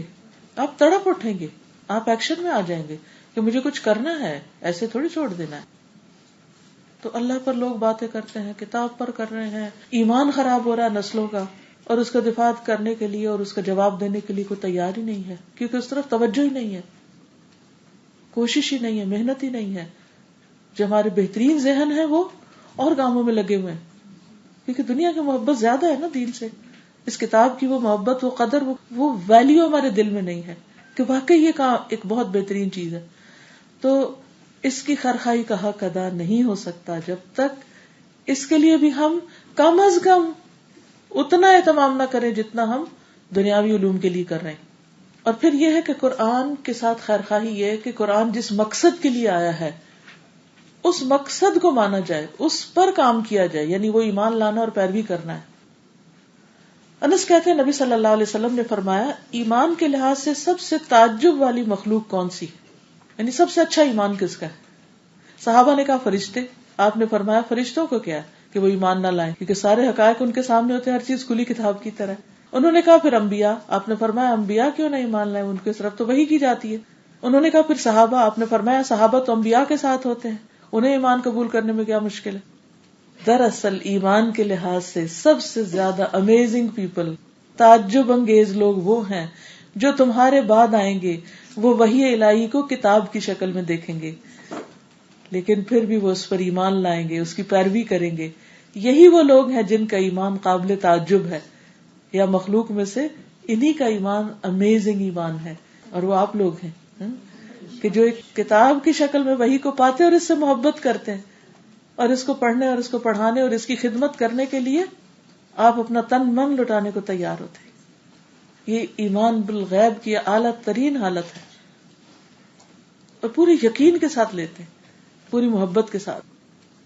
اور پھر اس کتاب کے ساتھ خیرخواہی یہ ہے کہ اس کی خدمت کی جائے، حسن نیت کے ساتھ اس کی پیروی کی جائے. اور یہ نہیں کہ کبھی کوئی مشکل آئے تو اس وقت اس کو پڑھ لیا، کوئی فوت ہو جائے تو پڑھ لیا، پڑھ کے مرے ہوئے لوگوں کو دے دیا اور خود اپنے لیے کبھی نہ پڑھا. یہ بھی خیرخواہی نہیں ہے. تو جتنے بھی علوم ہیں قرآن کے، جن کو علوم القرآن کہا جاتا ہے، ان کے اندر بھی مہارت پیدا کرنی چاہیے جب ایک لیول سے انسان آگے جائے کہ قرآن مجید جمع کیسے ہوا تھا، پھر اس کے خط کو کیسے محفوظ کیا گیا، اس کی کتابت کیسے ہوتی ہے. یعنی جس چیز سے محبت ہوتی ہے نا انسان اس کے ایک ایک چیز کو دیکھتے. جیسے نیو بورن بیبی تھا نا، تو ہم نے دیکھا ہوگا کہ کبھی ماں اس کی انگلیاں دیکھتی ہے، کبھی ناخن دیکھتی ہے، کبھی بال دیکھتی ہے، کبھی ادھر سے کھولتی، کبھی ادھر سے ہر چیز کو دیکھ رہی ہوتی ہے نا. کیوں؟ محبت ہے. تو اگر اللہ کی کتاب سے ہمیں محبت ہے تو ہم صرف اس پہ اکتفا نہیں کریں گے کہ جیسا ٹوٹا پھوٹا آتا ہے پڑھ لیں، نہیں، پھر اب ایک ایک چیز پہ لگ جائیں گے. ایک لیول آ گیا پھر دوسرے پہ لگ گئے، پھر ساری زندگی یہ کام کرنا ہے، ایک لیول کے بعد ایک لیول، ایک کے بعد ایک لیول. تو یہ سب قرآن کا حق دینا ہے، قرآن کے ساتھ خیر خواہی. تیسری چیز ہے اللہ کے رسول کے لیے خیر خواہی، ان کا حق ادا کرنا. اس میں بھی کئی چیزیں آتی ہیں. نمبر 1 صرف ان کی پیروی کرنا اور ان کو سب سے اعلیٰ مقام دینا، انسانوں میں سے، پیغمبروں میں سے، علماء، فقہاء، محدثین، سب سے اوپر ٹاپ پہ رکھنا ان کو. سورۃ الاحزاب 21 میں اللہ تعالیٰ فرماتے ہیں لَقَدْ كَانَ لَكُمْ فِي رَسُولِ اللَّهِ أُسْوَةٌ حَسَنَةٌ لِمَنْ كَانَ يَرْجُو اللَّهَ وَالْيَوْمَ الْآخِرَ وَذَكَرَ اللَّهَ كَثِيرًا. تمہارے لیے اللہ کے رسول صلی اللہ علیہ وسلم کی زندگی میں بہترین نمونہ ہے. کس کے لیے؟ ہر اس شخص کے لیے جو اللہ پر ایمان رکھتا ہو، یوم آخرت پر ایمان رکھتا ہو اور اللہ کو کثرت سے یاد کرنے والا ہو، کثرت سے اللہ کا ذکر کرے. یعنی کتنی خوبصورت بات ہے نا کہ جو کثرت سے اللہ کا ذکر کرے گا اسی کے دل میں رسول اللہ صلی اللہ علیہ وسلم، جو اللہ تعالیٰ اور اس کے رسول اور اس کی کتاب کے خیر خواہ ہوتے ہیں، ان کے لیے جب اس راہ میں کوئی مشکل بھی آ جاتی ہے تو وہ گھبراتے نہیں. وہ کہتے ہیں اس کا تو پہلے سے ہمیں بتایا گیا تھا کہ محبت کی راہ میں کانٹے بھی ہیں، مشکلات بھی آئیں گی. تو اس سے ان کا ایمان اور بڑھ جاتا ہے. حیرت کی بات ہے، مشکلات ان کا ایمان بڑھاتی ہیں اور منافقین کے لیے مشکلات ان کو اپنے مقصد سے پیچھے کر دیتی ہیں. کیا اللہ تعالیٰ ٹیسٹ نہ کرے گا؟ اللہ تعالیٰ ہر ایک کو ٹیسٹ کرتا ہے. یعنی یہ اس کی سنت ہے. اس نے ہر نبی کا امتحان لیا، ہر مخلص مومن کا امتحان لیا، یہ دیکھنے کے لیے کہ اس امتحان اور اس مشکل کے بعد کون اس ہرڈل کو کراس کر کے آگے بڑھتا ہے. ہرڈلز سڑکوں پہ بھی ڈال دیے جاتے ہیں اور ہرڈلز اور طرح کے بھی آتے ہیں، جھٹکے آتے ہیں، بڑے بڑے بڑے زلزلے آتے ہیں اس راستے میں. یہ سب کچھ کیا دیکھنے کے لیے کہ یہ بندہ میرے لیے کتنا خالص ہے. جو خالص ہوگا وہ ڈٹرمنٹ رہے گا، وہ اس راہ سے ہٹے گا بھی نہیں. وہ کہے گا شیطان چلے جاؤ یہاں سے، میرا یہی راستہ ہے، مجھے یہی کرنا ہے، مجھے اس پر فخر ہے جو میں کر رہا ہوں. وہ کسی سے ڈرے گا نہیں، شرمائے گا نہیں، جھجکے گا نہیں. اس کا مقصد منزل صاف واضح ہوگی کہ میں جا رہا ہوں اللہ کی کتاب پڑھنے کے لیے، اللہ کی کتاب کی خدمت کے لیے. مجھے کسی رکاوٹ کی کوئی پرواہ نہیں، چاہے ظاہری ہو چاہے باطنی ہو، چاہے اندر کی ہو چاہے باہر کی ہو، چاہے لوگوں کی ہو چاہے کسی بھی قسم کی ہو. تو سب سے پہلی بات یہ ہے کہ اللہ کے رسول صلی اللہ علیہ وسلم کی نصیحت یا ان کی خیرخواہی کے لیے انہی کی پیروی کرنا سب سے اہم ہو انسان کے لیے. جب ایک صحیح صاف حدیث سامنے آ جائے تو بس اپنے آپ سے یہ سوال کریں کہ اگر یہ بات صحابہ کو پتہ چلتی تو وہ کیا کرتے. یہ پوچھتے کہ اچھا میرا امام کیا کہتے ہیں, یا ابو بکر کیا کہتے ہیں اور عمر کیا کہتے ہیں. نہیں, بس یہ فرما دیا ہے اگر میں اس پر بھی عمل کر لوں تو میرے لیے کافی ہے. وہ حجت بازی میں نہیں پڑتے, بہت بحثوں میں نہیں پڑتے. سمجھ نہ آئے تو کسی بھی عالم سے پوچھ لیتے اور جو وہ سمجھا دے نیک دلی کے ساتھ پھر اپنے دل کے مفتی سے پوچھ کر عمل کر لیتے. دوسری بات, اس بات پر ایمان لانا کہ آپ اللہ کے سچے رسول ہیں, واقعی رسول ہیں. نہ آپ نے کبھی جھوٹ بولا نہ آپ سے جھوٹ بولا گیا, یعنی وحی الہی میں جو کچھ ہے سچ ہے. آپ ایسے رسول ہیں جو سچ بولتے ہیں اور آپ کی طرف جو وحی آتی ہے وہ بھی بالکل سچ ہے. نمبر 3, ان تمام خبروں پر ایمان لانا جو آپ صلی اللہ علیہ وسلم نے دی ہیں, چاہے ان کا تعلق ماضی سے ہو, قوم نوح اور قوم عاد اور سمود سے, یا اس دور سے, یا آئندہ فیوچر کے بارے میں آپ نے کوئی پیشن گوئیاں کی ہوں, ان سب کو بھی سچا ماننا. جیسے ابو بکر نے رضی اللہ تعالیٰ عنہ نے جب آپ معراج پر گئے تھے تو کہا کہ تم واقعی مانتے ہو؟ نے کہا کہ کیا کہا تھا, اگر انہوں نے کہا تو سچ ہی کہا, کوئی مشکل نہیں ماننے میں. اسی سے صدیق ہوئے. پھر یہ کہ ان کے حکم پر عمل کرنا, یہ ان کے ساتھ محبت کا اظہار ہے, اخلاص کا اظہار ہے. نبی صلی اللہ علیہ وسلم نے فرمایا من لم یعمل بسنتی فلیس منی, جو میری سنت پر عمل نہ کرے وہ مجھ سے نہیں. السلسلہ صحیحہ کی حدیث ہے یہ.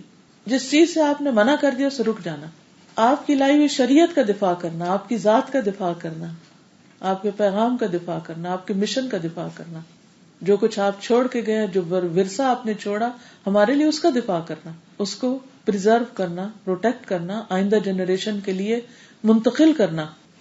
پھر اسی طرح سنت کو قرآن کی طرح ہی ماننا کہ یہ بھی اللہ ہی کی طرف سے آئی ہے, کیونکہ قرآن مجید میں آتا ہے کہ یا ایھا الذین آمنوا اطیعوا اللہ و اطیعوا الرسول, اے لوگو جو ایمان لائے ہو اللہ کا حکم مانو اور رسول کا حکم مانو.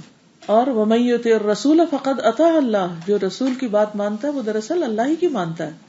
اور وما آتاکم الرسول فخذوہ وما نہاکم عنہ فانتہوا, جو رسول دیتے ہیں لے لو اور جس سے روکتے ہیں رک جاؤ. پھر آپ کی زندگی میں آپ کی مدد, آپ کے کام کی, جس کام کے لیے آپ بلائیں حاضر ہونا.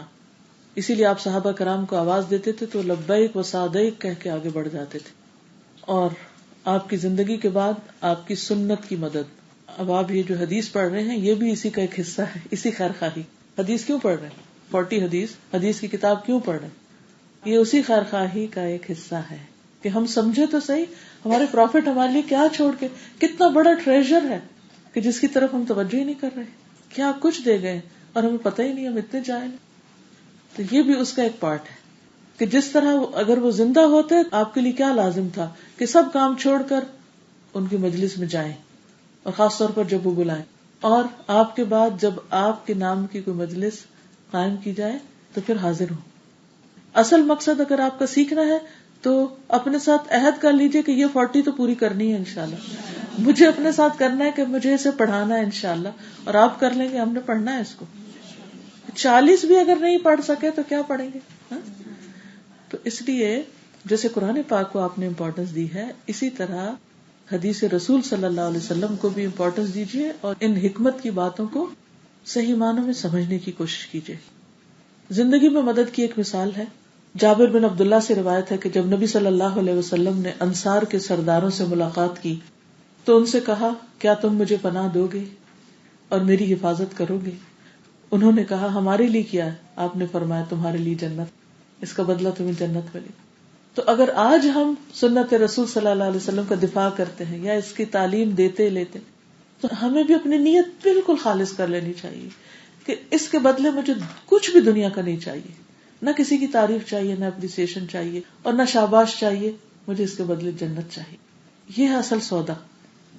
اور جب آپ واقعی خالص اخلاص کی بات ہم کریں, نصیحت کی بات کریں, جب اس خالص نیت کے ساتھ آپ دین کو سیکھتے سکھاتے اور اس کی خدمت کرتے ہیں اور اس کو سمجھتے ہیں تو پھر برکتیں ہی برکتیں آتی ہیں. پھر خیر ہی خیر پھیلتی ہے. اور نبی صلی اللہ علیہ وسلم کی وفات کے بعد لوگوں نے کیا کچھ کیا. لوگوں نے آپ کی حدیثوں کو یاد کیا، ان کا کھرا کھوٹا الگ کیا، ان کو مدون کیا، ان کو حفظ کر کے بیان کیا، پھر صحیح حسن ضعیف کی کیٹیگریز بنائی، پھر ایک ایک بندے کو جو حدیث روایت کرتا تھا اس کو پرکھ ڈالا کہ وہ کون ہے، کہاں سے آیا، کیا کرتا ہے، کس سے سیکھا، کس کو سکھایا، اس کی زندگی کیسے تھی. وہ لائم لائٹ میں آ گئے، ایک ایک چیز ان کی دیکھی جاتی تھی کہ ان سے حدیث لینی ہے کہ نہیں لینی. اور یہ مسلمانوں کے ایک عظیم کارنامہ ہے. پھر اس کے بعد یہ کہ ان کے اوپر حکم بھی لگائے گئے، یہ راوی کذاب ہے اور یہ منکر ہے اور یہ اس کی میموری ٹھیک نہیں تھی. یعنی کہ ان کی روایت کے جو درجے تھے یا ان کا جو کردار تھا وہ بھی سارا لوگوں کے سامنے کھول کے رکھ دیا گیا. یہ نہیں کیا گیا کہ ہر قسم کی باتیں اکٹھی کر کے کہا یہ حدیث کی کتاب بن گئی. ایسا نہیں، چھوڑے ہی نہیں گیا لوگوں کو، ایک ایک چیز کو پرکھا گیا اور کسی کا لحاظ نہیں کیا گیا. یہ نہیں سوچا گیا یہ ہمارے استاد تھے تو انہوں نے حدیث روایت کی تو اب ہمارا ادب کا تقاضا ہے کہ نہیں. رسول اللہ صلی اللہ علیہ وسلم کا ادب اس سے آگے ہے. استاد کے ادب سے اور کسی عالم اور کسی مجتہد اور فقیہ کے ادب سے بڑا ادب ہے ان کا کہ ان کی بات کو ہم سب سے ٹاپ پر رکھیں، اور اگر اس میں کوئی ذرا بھی ملاوٹ کرنا چاہے تو اس کو نہ کرنے دیں، خواہ کو کوئی بھی ہو. تو یہ جیسے قرآن مجید کا دفاع ہے، ایسے سنت کا دفاع بھی ہماری ذمہ داری بنتی ہے اور خیر خواہی کا تقاضا ہے کہ وہ ہم کریں اور اس کو لوگوں تک پہنچائیں. اور اس میں آپ دیکھیں کہ لوگوں نے پوری پوری کتابیں پھر زبانی یاد کی تاکہ یہ علم مٹ نہ جائے، اور آگے اس کو روایت کیا، بیان کیا، اور اس کے لیے اپنی ذاتی خواہشات چھوڑی، اپنے گھر چھوڑے.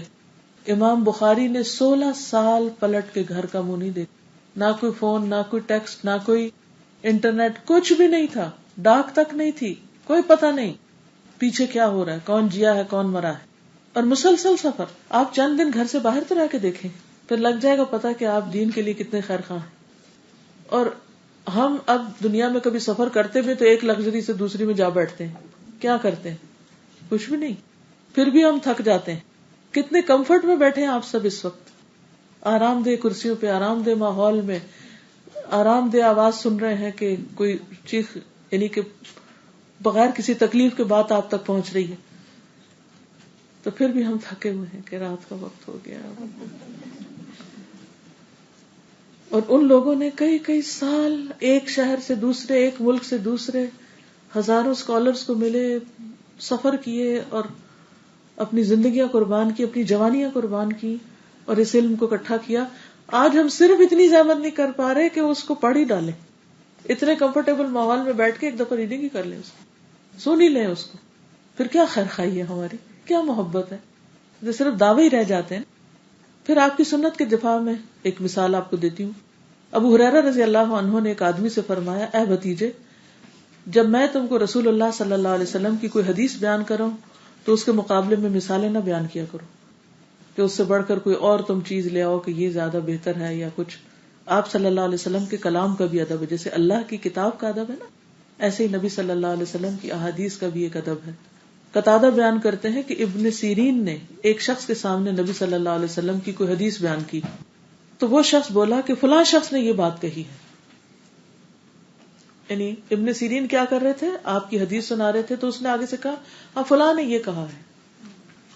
ابن سیرین نے کہا میں تمہیں نبی صلی اللہ علیہ وسلم کی حدیث سنا رہا ہوں اور تم یہ کہہ رہے ہو کہ فلاں شخص نے یہ بات کہی ہے، آئندہ میں کبھی تمہارے سے بات نہیں کروں گا.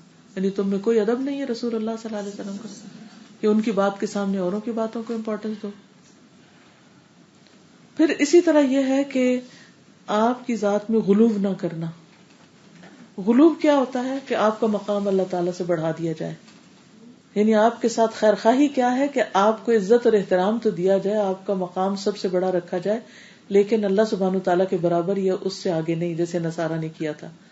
آپ کی محبت کے ایسے obsession یا ایسا ایکسیسو رویہ کہ وہ ان کو اللہ تعالیٰ کے برابر قرار دے دیا جائے. انس بن مالک کہتے ہیں کہ ایک مرتبہ ایک شخص نے نبی صلی اللہ علیہ وسلم کو مخاطب کر کے کہا، اے محمد صلی اللہ علیہ وسلم، اے ہمارے سردار، اے ہمارے سردار کے بیٹے، اے ہمارے بہترین اور ہم میں سے بہترین کے بیٹے.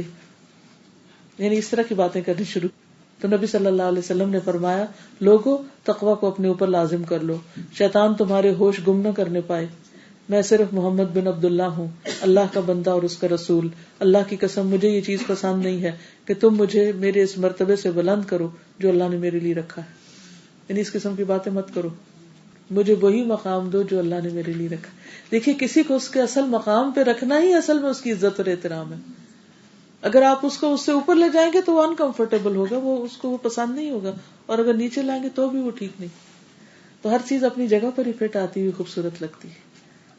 تو رسول اللہ صلی اللہ علیہ وسلم کو اگر آپ ان کی محبت میں اللہ کے برابر کر دیں یا اس سے اوپر کر دیں تو کیا رسول اللہ صلی اللہ علیہ وسلم خوش ہوں گے؟ کبھی بھی نہیں. کیا اللہ تعالیٰ خوش ہوں گے اس بات پر؟ کبھی بھی نہیں. اور پھر آپ کی محبت کی وجہ سے یہ محبت کا دعویٰ کرتے ہوئے کوئی ایسا کام بھی نہیں کرنا جو آپ نے خود نہ کیا ہو یا جس کا آپ نے حکم نہ دیا ہو. پھر اگلی چیز ہے ائمۃ المسلمین کے لیے خیر خواہی، مسلمانوں کے اماموں کے لیے. اب ترتیب آپ دیکھ رہے ہیں، سب سے پہلے اللہ سبحانہ وتعالیٰ کی ذات، پھر اس کے بعد اللہ تعالیٰ کا کلام یعنی اس کی کتاب، پھر اس کے بعد رسول اللہ صلی اللہ علیہ وسلم جن پر کتاب نازل ہوئی، اور اس کے بعد مسلمانوں کے ائمہ، لیڈرز، امام.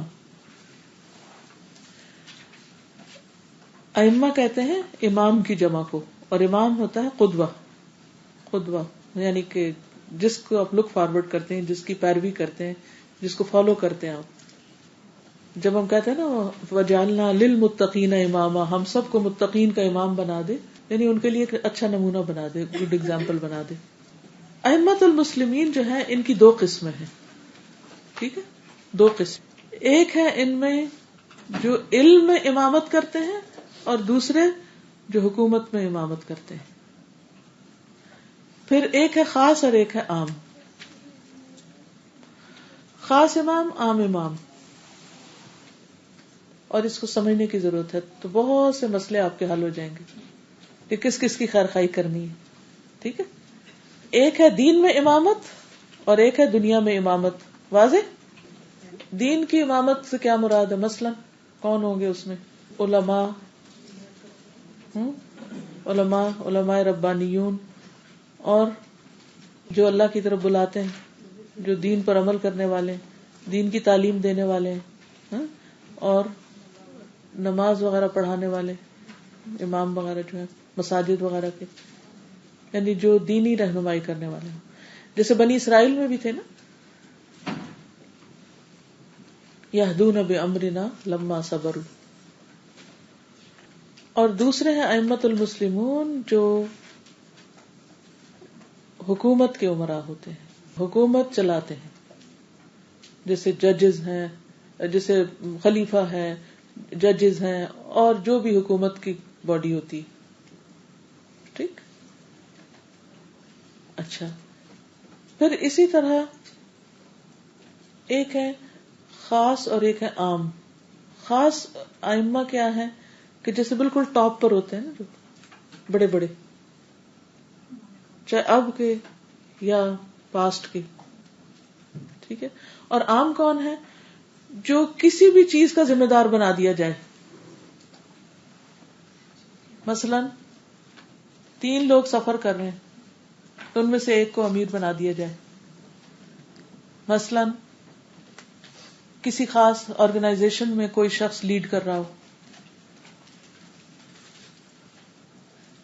کسی گورننگ باڈی، کسی آرگنائزیشن، کسی انسٹیٹیوٹ، کسی اسکول، کسی کالج، کسی ہر جگہ پر کوئی نہ کوئی ڈرائیور تو ہوتا ہے نا جو اس کو چلاتا ہے، اس کو تو وہ اس کا امام ہوتا ہے. ان سب کی خیرخواہی ضروری ہے. سمجھ آ گئی؟ گھر میں کون امام ہوتا ہے؟ شوہر ہوتا ہے. پھر اس کے بعد جب وہ گھر پہ نہیں ہوتا تو کون امام ہوتا ہے؟ ماں ہوتی ہے. ٹھیک ہے. تو ہر شخص کسی نہ کسی درجے میں لیڈرشپ کا رول ادا کر رہا ہوتا ہے، کیونکہ یہ کام کرنے کے درجے ہیں نا. سب لوگ ایک لیول پہ نہیں کام کرتے. کوئی بتانے والا ہوتا ہے، کوئی فالو کرنے والا ہوتا ہے، کوئی لیڈر ہوتا ہے، کوئی فالوور ہوتا ہے. اور یہ دنیا کا اصول ہے، صرف انسانوں میں نہیں. آپ دیکھیں پرندوں میں جب وہ اڑانے اڑتے ہیں، مائگریشن کرتے ہیں، تو کس طرح ان کے بھی لیڈرز ہوتے ہیں، اور باقی بھی جنگل کے بھی لیڈر ہیں. اور شہد کی مکھی میں بھی آپ دیکھتے ہیں کہ کوئین ہے. پھر اور چیونٹیوں میں آپ دیکھیں ہر جگہ پر لیڈرشپ کا رول ہے، تو ویری نیچرل. پھر ہماری دنیاوی جیسے بسز ہیں ان کو چلانے کے لیے ڈرائیورز ہیں، کچھ سینئر ہوتے ہیں، کچھ جونیئر ہوتے ہیں، کوئی لیڈ کر رہا ہوتا ہے، کوئی اس کا مددگار ہوتا ہے، کوئی اس کا اسسٹنٹ ہوتا ہے. تو ہر جگہ پر یہ ہے. تو یہ عام لیڈرز ہیں، اور خاص جو ایگزیکٹوز ہوتے ہیں یا پھر ٹاپ پر ہوتے ہیں جو لوگ، اور پھر دینی اور دنیاوی اعتبار سے تقسیم. تو دو تقسیمیں ہوگی، ایک عام اور خاص کی اور ایک دینی اور دنیاوی امور کی. ٹھیک ہے. تو ایک اچھا مومن کون ہوتا ہے؟ جو سب اپنے سے اوپر والے کا خیر خواہ ہوتا ہے، اس کا وفادار ہوتا ہے، اس کے ساتھ دھوکہ نہیں کرتا، اس کی بات مانتا ہے. تو علماء کرام جو ہوتے ہیں وہ اصل میں وہ علماء ہیں جو علم، عبادت، اخلاق اور باقی چیزوں میں نبی صلی اللہ علیہ وسلم کے وارث بنے، یعنی علمی وارث. کیونکہ انبیاء درہم و دینار نہیں چھوڑتے، بلکہ ان کی وراثت کیا ہوتی ہے؟ علم ہوتی ہے. تو نبی صلی اللہ علیہ وسلم کے جو وارث ہیں یہ عام دنیاوی حکومتی اور ائمہ سے بھی ایک ڈگری ابو ہیں. یہ اصل امام ہیں. ٹھیک ہے. اور پھر جو مسلمانوں کے دوسرے امام ہیں جو ان کی حکومت یا دنیا کے کام چلاتے ہیں، تو وہ اس علم کو نافذ کرتے ہیں، امپلیمنٹ کرتے ہیں. ان کا درجہ پھر دوسرا ہو جاتا ہے، نمبر 2 پہ آتے ہیں. اور ویسے بھی علم جو ہے وہ مال و دولت ہو، حکومت ہو، ہر چیز سے اوپر ہے. تو اس لیے پہلے ہم علماء کے لیے خیر خواہی، علماء کی نصیحت. سب سے پہلے یہ ہے کہ ان سے محبت اور عقیدت رکھی جائے، کیونکہ جس سے آپ کو محبت نہیں ہوگی، عقیدت نہیں ہوگی، آپ اس کی بات بھی نہیں مان سکتے. پھر حق کو بیان کرنے میں ان کی مدد اور تعاون کیا جائے، ان کو سپورٹ دی جائے. مثلا ان کی کتابیں ہیں یا ان کے اور متعلق چیزیں ہیں، ان کو آگے پھیلایا جائے جو ہر زمانے اور ہر جگہ کے اعتبار سے مختلف ہوتے ہیں. ان کی عزت اور احترام کا دفاع کیا جائے، یعنی صرف عزت احترام کیا ہی نہ جائے بلکہ اس کو پروٹیکٹ بھی کیا جائے. اگر ان کی کوئی غیبت کرے یا ان کی عزت کے بارے میں کوئی برا بھلا کہے تو اس کا بھی دفاع کیا جائے. جیسے اللہ سبحانہ و تعالیٰ، کتاب اللہ، اللہ کے حبیب محمد صلی اللہ علیہ وسلم، ان کی سنت، ان سب کا دفاع ہے. یہ بھی خیر خواہی میں ہے. تو علماء کا بھی دفاع کیا جائے، ان کی خیر خواہی کی جائے. اگر کوئی بات ان کے بارے میں آپ ایسی سنیں تو اس کی تحقیق کر لیں کہ کیا یہ جو ان کی طرف منسوب کیا جا رہا ہے یہ ٹھیک بھی ہے یا نہیں. کیونکہ بعض اوقات مسلمانوں کے لیڈرز کو یعنی علماء کو اتنا ڈیفیم کیا جاتا ہے تاکہ لوگ دین سے بدظن ہو جائے. یہ ایک شیطانی کوشش ہوتی ہے کہ جو دین سکھا رہا ہے اس کو اتنا برا بھلا کہو کہ لوگ اس کے پاس نہ جائیں، اس کی بات ہی نہ سنیں اور اس سے کچھ نہ سیکھیں اور اس سے متنفر ہو جائیں اور اس سے دور ہٹ جائیں. اب یہ کنیکشن جب ٹوٹتا ہے تو پھر نقصان کس کا ہوتا ہے؟ یعنی اگر علماء اور عوام کے بیچ میں نفرتیں آ جائیں تو کیا وہ علم ٹرانسفر ہو سکتا ہے؟ علم کی ٹرانسفر محبت اور احترام کے ساتھ ہوتی ہے، ادب کے ساتھ ہوتی ہے. اگر آپ کو کسی پر اعتماد ہی نہیں تو آپ اس کی بات کیوں سنیں گے؟ تو یہ اس خیر خواہی کا حصہ ہے. تو اگر ان کے خلاف کوئی بات سنے تو تحقیق کریں. اگر آپ دیکھیں کہ یہ جھوٹی بات ہے اور محض کسی نے حسد کی بنا پر بات کی ہے تو اس کو ریجیکٹ کر دیں. اور اگر آپ دیکھیں کہ انسان ہونے کے ناطے ان سے کوئی غلطی ہوئی ہے تو جا کر ان کو بھی نصیحت کریں، ان کو سمجھائیں، ان کو بتائیں کہ انہوں نے جو یہ بات کہی ہے یا کی ہے یہ ٹھیک نہیں. کیونکہ وہ بھی انسان ہے، کوئی معصوم تو نہیں ہے. وہ ایک اچھے کاز میں لگے، انہوں نے اپنی زندگیاں وقف کی ہیں، لیکن وہ کبھی فرشتے نہیں بن سکتے. بعض اوقات بھول چوک ہوتی ہے، بعض اوقات کوئی ناسمجھی ہوتی ہے، غلط فہمی بھی ہوتی ہے. بعض اوقات ان کا مقصد یا مراد کچھ اور ہوتا ہے، لوگ کچھ اور اٹھا لیتے ہیں اس کو کہ جو وہ یہ کہتے ہیں، ہم نے سنا وہ یوں کہتے ہیں، حالانکہ انہوں نے کسی اور کانٹیکسٹ میں بات کی ہوتی ہے اور اس کو آؤٹ آف کانٹیکسٹ بیان کرنا شروع کر دیتے ہیں. تو پھر اگر لوگوں میں غلط بات عام ہو رہی ہے تو اس کو اسی طریقے پر اس کے بارے میں کوئی آرٹیکل لکھ لیا جائے یا کہیں گفتگو کی جائے یا جو بھی انسان کر سکتا ہو وہ کرے. اور پھر اگر عالم سے وضاحت چاہیں آپ تو ادب اور احترام سے چاہیں کہ میں نے آپ کے بارے میں یہ بات سنی ہے، میرا دل تو نہیں مانتا لیکن میں اس کی حقیقت جاننا چاہتا ہوں تاکہ میرے دل کو تسلی ہو جائے. مثلا جو عالم یا استاد ہوتا ہے وہ آپ کے والدین کی جگہ پر بھی ہوتا ہے. تو اگر آپ کی ماں کے خلاف یا باپ کے خلاف کوئی شخص بات کرتا ہے تو آپ چپ ہو جائیں گے، اس کی ہاں میں ہاں ملا دیں گے، ہاں تم ٹھیک کہتے، میرا باپ ایسا ہی ہے یا میری ماں ایسی. حالانکہ اگر آپ کو پتہ بھی ہو کہ وہ ایسے ہیں تو آپ ماں باپ کو پھر آ کے سمجھائیں گے. لیکن کیسے سمجھائیں گے؟ ایسے بلنٹلی اور بدتمیزی کے ساتھ شاؤٹ کر کے، یا عزت اور احترام کے ساتھ ایک ادب کا معاملہ کرتے ہوئے. اور اسی طرح علماء کا بھی فرض بنتا ہے کہ وہ جو ان کو نصیحت کرے یا جو ان کو بات کرے تو انہیں بات کرنے کا موقع دیں، ان سے بات کو سمجھ لیں اور اپنی اصلاح کر لیں. اور اس میں ہمیں ایک مثال ملتی ہے. ابو قبیل کہتے ہیں کہ معاویہ رضی اللہ عنہ نے جمعہ کے دن ہمیں ایک خطبہ دیا کہ بے شک مال ہمارا مال ہے اور فے بھی ہماری فے ہے، یعنی کسی مال کے بارے میں بات کرے، ہم جسے چاہیں دیں جسے چاہیں نہ دیں. کسی نے ان کی بات کو رد نہ کیا، سب سن کے اٹھ گئے. اگلا جمعہ آیا، انہوں نے پھر اسی طرح کی بات کی، کسی نے کچھ نہیں کہا. تیسرا جمعہ آیا تو انہوں نے پھر یہی کہا. تو مسجد میں موجود ایک آدمی نے کہا نہیں، بلکہ مال ہمارا مال یعنی بیت المال کا اور فے بھی ہماری ہے، جو اس کے اور ہمارے درمیان حائل ہوگا ہم اسے اپنی تلوار کے ساتھ لڑیں گے، یعنی ہم یہ نہیں دیں گے. تو معاویہ رضی اللہ عنہ نے نماز پڑھی اور اس کے بعد اس شخص کو بلا لیا اور اپنے ساتھ بستر پہ بٹھایا. یعنی یہ ایک جو اچھا سچا حاکم ہوتا ہے، یہ اچھا حاکم تنقید کرنے والے کو دشمن نہیں سمجھتا، اسے کہتا ہے اچھا ہم بیٹھو، بیٹھ کے بات کرتے ہیں. پھر سارے لوگوں کو بلایا اور کہا لوگوں میں نے پہلے جمعے ایک بات کہی، کسی نے انکار نہیں کیا، دوسرے میں کہی، کسی نے نہیں کیا، تیسرا جمعہ آیا اس نے مجھے زندہ کر دیا، یعنی اس شخص کی بات نے مجھے زندہ کر دیا، اللہ اسے زندہ کر دے. میں نے رسول اللہ صلی اللہ علیہ وسلم کو فرماتے ہوئے سنا ان قریب ایسے لوگ آئیں گے جو باتیں کریں گے مگر ان پہ رد نہیں کیا جائے گا، یعنی ان کی بات کو کوئی جھٹلائے گا نہیں، اور وہ آگ میں منہ کے بل ایسے گریں گے جس طرح بندر گرتے ہیں. یعنی قیامت کے دن پھر ان کو اپنی ان غلط باتوں کا جواب دینا ہوگا. تو میں ڈر گیا کہ اللہ مجھے ان میں سے نہ کرے، لیکن جب اس نے میری بات رد کی تو اللہ نے مجھے زندہ کر دیا، اللہ اسے زندہ رکھے. میں اللہ سے امید رکھتا ہوں کہ اللہ مجھے ان لوگوں میں شامل نہ کرے کہ جن کی بات رد نہیں کی جاتی اور پھر قیامت کے دن ان کو ذلیل کیا جائے گا. تو اس لیے جو مخلص امام ہوگا وہ تنقید کرنے والے کی بات کو توجہ سے سن لے گا، وہ پہلے سے انکار نہیں کر دے گا کہ تم جھوٹے ہو فلاں ہو، بلکہ توجہ دے گا اس کی بات. تو دونوں طرف سے خیر خواہی برتنی چاہیے، کیونکہ آگے ائمۃ المسلمین کو کیا کرنا ہے، عوام سے خیر خواہی کرنی ہے. تو یہ امیر معاویہ کی عوام سے خیر خواہی ہے. لیکن کچھ جاہل لوگ کیا کرتے ہیں، عالم کے پاس جاتے ہیں، اگر ان کا نقطہ نظر ان کے خلاف ہو تو جا کر بڑی سختی سے بدتمیزی سے بات کرتے ہیں، طرح طرح کے الزام تراشی کبھی منہ پہ کرتے ہیں کبھی پیچھے کرتے ہیں. تو اس سے فائدہ کچھ نہیں ہوتا، یعنی دین کا نقصان ہو جاتا ہے. تو ہمیں ہر اس چیز سے بچنا ہے، کیونکہ ہمارا مقصد دین کو فائدہ پہنچانا ہے، کسی کی ذات کو نہیں. ذات کا احترام اس کا اپنا ایک حق ہے جو اللہ نے رکھا ہے، ہر ایک کا حق، ہر ایک کا حق ہے، استاد کا بھی، شاگرد کا بھی، عالم کا بھی، معلم کا، متعلم کا، سب کا. تو ہر ایک کا ایک مقام ہے، تو وہ اس کو دینا چاہیے. لیکن مقصد کیا ہو، اللہ کی ذات، اللہ کی رضا، دین کا فائدہ. کہ نہیں اگر یہ ایسا ہو گیا تو اس میں تو دین کا نقصان. جب انسان کا ایک کرائیٹیریا بن جاتا ہے نا کہ مجھے اس کو نہیں نقصان، اس کو ہارم نہیں کرنا، تو پھر اس کو اللہ تعالیٰ سمجھ بھی دے دیتا، عقل بھی دے دیتا کہ کیسے کام کرنا. پھر چوتھی چیز کہ جو لوگ سنت کی مخالفت کریں یعنی علماء میں سے، تو ان کی بھی خیر خواہی کی جائے.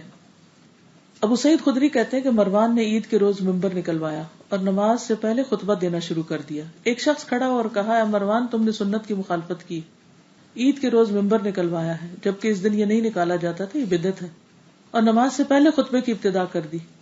ابو سعید خدری نے پوچھا یہ کون ہے؟ لوگوں نے کہا یہ فلاں ہے، فلاں بن فلاں. انہوں نے کہا اس نے اپنا فریضہ ادا کر دیا. میں نے رسول اللہ صلی اللہ علیہ وسلم کو سنا ہے، آپ فرما رہے تھے جو کوئی برائی دیکھے اسے اپنے ہاتھ سے دور کرے، کر سکتا تو کرے، نہ ہو تو زبان سے، ورنہ تو دل میں برا جانے، اور یہ کمزور ترین ایمان ہے. تو اس نے اٹھ کے کہہ دیا، اور وہ ایک خلیفہ تھا وقت کا، اسے کہا کہ یہ تم بدعت شروع کر رہے ہو کہ نبی صلی اللہ علیہ وسلم کے زمانے میں عید کی نماز کے بعد خطبہ ہوتا تھا، تم نے پہلے کیوں شروع کر دیا. پھر یہ ہے کہ بعض علماء ہوتے ہیں وہ ہر وقت موقع بے موقع لوگوں کو پڑھاتے سکھاتے رہتے ہیں اور اس سے لوگ بوجھل ہو جاتے ہیں، لیکن لوگ ادب کے مارے کچھ کہتے نہیں ہیں. تو ان کو بھی آرام سے سمجھا دینا چاہیے کہ لوگ جو ہیں وہ اس قابل نہیں ہے کہ اتنا بوجھ اٹھا سکیں، ان کو اتنا نہ سکھائیں کہ وہ اکتا جائیں. ابن مسعود کہتے ہیں کہ ہمیں نبی صلی اللہ علیہ وسلم نصیحت کرنے کے لیے کچھ دن آپ نے مقرر کر دیے تھے اس ڈر سے کہ ہم اکتا نہ جائیں. پھر آپ مختصر خطبہ دیا کرتے تھے تاکہ لوگ تھک نہ جائیں. تو یہ سب علماء کی خیرخواہی ہے. اسی طرح حکومت کے جو کارندے ہیں ان کی خیرخواہی حکمرانوں کے لیے، اس میں بھی یہ ہے کہ ان کا بھی احترام اور ان کے اس عہدے کو قبول کرنا، کیونکہ اگر آپ نے خود ہی کسی کو منتخب کر لیا تو پھر آپ اسے مان بھی جائیں، کیونکہ ورنہ تو کرنا نہیں چاہیے تھا. ٹھیک ہے نا. پھر اس کے بعد یہ ہے کہ ان کی جو خیر ہے مطلب عدل و انصاف کی نظر رکھی جائے، صرف خامیاں نہ چنی جائیں بلکہ جو ان کی خیر ہے اس کا بھی ذکر کیا جائے. کوئی شخص ایبسولوٹلی کرپٹ نہیں ہوتا اور کوئی شخص ایبسولوٹلی فرشتہ نہیں ہوتا. تو اس لیے عدل سے کام لیا جائے. اگر آپ کے دشمن نے بھی کوئی اچھا کام کیا تو اگر آپ اس کا اعتراف کریں گے کہ اس کی فلاں بات اچھی ہے تو اس میں آپ کی عظمت ہے, آپ کا اخلاق ہے کہ آپ ایک انصاف پسند انسان ہے. لیکن جب ہم جنرلائز کر دیتے ہیں نا, اگر ایک شخص میں 10 میں سے 6 برائیاں ہیں اور 4 اچھائیاں ہیں تو ہم 6 برائیاں اتنی کریں گے کہ 4 اچھائیاں اس کی بالکل ہی دبا دیں گے, تو یہ ناانصافی ہوتی ہے. پھر یہ کہ حکمران کی بات مانی جائے, اللہ یہ کہ بالکل کفر کی بات ہو یا دین سے خلاف بات ہو تو وہ نہ مانی جائے, ورنہ جیسے قرآن مجید میں آتا ہے یا ایھا الذین آمنوا اطیعوا اللہ واطیعوا الرسول واولی الامر منکم. پھر ان کے عیبوں پر پردہ ڈالا جائے, اسے حشر نشر نہ کیا جائے کہ ہر ایک جگہ پر باروں میں میڈیا میں ایسا ہو گیا ویسا اور کچھ جھوٹ ملا کے, اس سے کیا عوام میں بے چینی پھیلتی ہے, بد اعتمادی پھیلتی ہے. رسول اللہ صلی اللہ علیہ وسلم نے فرمایا اگر تم لوگوں کے عیبوں کی ٹو میں لگے رہو گے تو انہیں خراب کر دو گے اور قریب ہے کہ انہیں بگاڑ دو گے. تو کوئی بھی ہو تو صرف اس کے اندر عیب نہ تلاش کریں کہ ہمارا لیڈر ایسا ہے اور اس کی تو یہ خرابی ہو رہی ہے. عام طور پر لوگ ذرا سی کوئی چیز دیکھتے ہیں تو بس پیچھے ہی پڑ جاتے ہیں. پھر اس کے بجائے کیا کرنا چاہیے, آسان طریقے سے اصلاح کرنی چاہیے. اور پھر وہ بات ہر ایک کو نہیں بتانی چاہیے کہ آپ کو کہ میں اتنا بہادر دلیر ہوں کہ میں نے تو جا کے اس کو بھی نصیحت کر دی. یہ کوئی یعنی کہ پھر اس میں اپنی سیلف پروجیکشن نہیں ہونی چاہیے. اگر آپ کو اللہ نے ایک نظر دی ہے اور آپ نے کسی کی کوئی خیر خواہی کی ہے, اس کی اصلاح کر دی ہے, تو اس کو کہیں ضرورتاً تو بیان کر سکتے ہیں, لیکن ہر محفل میں اور ہر جگہ اس کا تذکرہ نہیں کرنا چاہیے. امراء کی عیب پوشی کرنی چاہیے. پھر ان کے خلاف خروج اور بغاوت نہیں کرنی چاہیے, ٹھیک ہے, الا یہ کہ وہ کفر بواح ہو. چھوٹی چھوٹی باتوں پہ جو ہوتا ہے نا کہ ادھر جلوس نکل رہا ہے اور ادھر محاصرہ ہو رہا ہے, اور یہ ہر وقت ایک ڈسٹربنس کی کیفیت پیدا کیے رکھنا جس سے کوئی مسئلہ حل نہیں ہوتا بلکہ اور چیزیں خراب ہوتی ہیں, یہ اسلامی کلچر نہیں ہے. حتیٰ کہ آپ صلی اللہ علیہ وسلم یہاں تک کہا کہ اگر وہ نماز لیٹ پڑھے تو تم اپنے وقت پہ نماز پڑھ کے دوبارہ ان کے ساتھ بھی پڑھ لو. ان پہ ٹرسٹ ہو. عقیدت قیدہ سے نکلا ہے نا یہ لفظ, کہ ان کے اوپر آپ کا ٹرسٹ ہے, آپ ان کو خائن نہیں سمجھتے, چور نہیں سمجھتے, آپ ان کی لیڈرشپ پہ راضی ہیں, الگ نہ ہو ان سے. اور آخری پوائنٹ ہے عوام الناس کے لیے خیر خواہی, سب کے لیے خیر خواہی, ٹھیک ہے. اور اگر ان میں کوئی خامی کمی ہو بھی تو اس کا برسر عام ہر وقت تذکرہ کرنا اور اپنا انریسٹ شو کرنا, اور یہ چیزیں ٹھیک نہیں. اس سے تفرقہ بازی پیدا ہوتی ہے. جو حکومتیں ہیں یا آرگنائزیشنز ہیں یا جو مل کے لوگ کام کریں, ان کے اندر ایک بے چینی پھیل جاتی ہے, چیزیں کمزور ہو جاتی ہیں, اور وہ لیڈرز پہ سارا وقت اپنی دفاع کے اندر ہی رہتے ہیں, وہ اصل کام چھوڑ بیٹھتے ہیں, پھر وہ عوام کی بھلائی کے کام نہیں کر پاتے. وہ ہر وقت یہی سوچتے ہیں کہ اچھا ہم اپنے آپ کو کیسے بچائیں. تو شیطان نے اس چیز میں مشغول کر دیا, مقصد سے ہٹا دیا. تو عوام الناس کے لیے خیر خواہی, ہر ایک سے خیر خواہی, کہ ان کے ساتھ محبت کا اظہار کریں, خندہ پیشانی سے ملیں, ان کو خود سلام کریں, خیر خواہی کریں, مدد کریں, اور دوسرے کام جن سے مصلحتیں حاصل ہوں اور خرابیاں دور ہوں وہ ان کے ساتھ کریں. اگر انہیں کوئی مدد چاہیے تو ان کی مدد کریں, اور اگر ان کو کوئی تکلیف ہے تو تکلیف دور کریں, بیمار ہے تو عیادت کریں, فوت ہو جائیں تو جنازہ پڑھیں, مرنے کے بعد ان کے لیے بخشش کی دعائیں کریں, کیونکہ اللہ کے نزدیک محبوب ترین لوگ وہ ہیں جو دوسروں کو فائدہ پہنچاتے ہیں, دوسروں کا دل خوش کرتے ہیں. رسول اللہ صلی اللہ علیہ وسلم نے فرمایا, ایک شخص آیا آپ کے پاس, کہنے لگا اللہ کے رسول صلی اللہ علیہ وسلم, کون سے لوگ اللہ کو بہت پیارے ہیں اور کون سے اعمال اللہ کو بہت پسند ہیں؟ آپ نے فرمایا وہ لوگ اللہ کو زیادہ محبوب ہیں جو دوسرے لوگوں کے لیے سب سے زیادہ فائدے کے ہوں. وہ اللہ کو بہت پیارے ہیں جو دوسروں کو فائدہ پہنچاتے ہیں. انفعہم للناس. اور اللہ تعالیٰ کو سب سے زیادہ پسند عمل یہ ہے مسلمان کا اپنے بھائی کو خوش کرنا, اس سے کسی تکلیف کو دور کرنا, اس کا قرضہ ادا کر دینا, اسے کھانا کھلانا. کبھی کسی کو کورٹ جانا ہوتا ہے, کسی کو کلینک جانا ہوتا ہے, کوئی ڈرائیو نہیں کر سکتا, کوئی کسی کو بازار کا پتہ نہیں ہے, کسی کو اپنے حقوق کا پتہ نہیں ہے. کوئی اس ملک میں لوگ آتے ہیں بعض اوقات تو ان کو نہیں پتا ہوتا ان کے بچوں کے رائٹس کیا ہیں, تو ان کی مدد کرنا. کیونکہ کچھ لوگ یہ سمجھتے کہ صرف عبادت کرنا ہی بہت افضل کا, وہ بھی ہے, کرنی چاہیے اپنے وقت میں عبادت بھی, لیکن بندوں کی خدمت اور مدد اور ان کی دکھ تکلیفیں دور کرنا, اس کو سن ہی لینا, یہ بھی بہت بڑی عبادت ہے, اور اس کے لیے بھی وقت نکالنا چاہیے. پھر فرمایا جس نے اپنے غضب کو روک لیا اللہ تعالیٰ اس کی خامیوں پہ پردہ ڈال دے گا. جس نے اپنا غصہ کنٹرول کر لیا. جو آدمی اپنے غصے کو نافذ کرنے کی طاقت کے باوجود پی گیا اللہ قیامت کے دن اس کے دل کو امیدوں سے بھر دے گا. یعنی آپ کو کسی پہ بہت سخت غصہ آیا لیکن آپ صبر کر گئے, چپ کر گئے, تو قیامت کے دن اللہ آپ کو بہترین بدلہ دے گا. جو اپنے بھائی کے ساتھ اس کی ضرورت پوری کرنے کے لیے چلا اللہ تعالیٰ اس کو اس دن ثابت قدم رکھے گا جس دن قدم ڈگمگا جائیں گے. اس دن وہ امن سے کھڑا ہوگا. یہ صلہ اور بدلہ ہے ان لوگوں کا جو دنیا میں دوسروں کے کام آتے ہیں اور دوسروں کی خیرخواہی کرتے ہیں. رسول اللہ صلی اللہ علیہ وسلم نے فرمایا مسلمان دوسرے مسلمان کا بھائی ہے, بس اس پہ ظلم نہ کرے نہ اس پر ظلم ہونے دے. جو شخص اپنے بھائی کی ضرورت پوری کرے اللہ اس کی ضرورت پوری کرے گا. سبحان اللہ. جو شخص کسی مسلمان کی مصیبت کو دور کرے اللہ تعالیٰ اس کی قیامت کی مصیبتوں میں سے ایک مصیبت دور کر دے گا, جبکہ اپنے ماں باپ کام نہ آئیں گے, اپنی اولاد بھاگ جائے گی. رسول اللہ صلی اللہ علیہ وسلم نے فرمایا تم ایک دوسرے سے تعلق ختم نہ کرو, کٹ آف نہیں کرو, ایک دوسرے سے منہ نہیں پھیرو کہ ایک دوسرے کو دیکھ کے ادھر منہ موڑ لیا ادھر کر لیا. ایک دوسرے سے بغض نہ رکھو, ایک دوسرے سے حسد نہ کرو, تم بھائی بھائی ہو جاؤ جیسا کہ اللہ نے تمہیں حکم دیا ہے.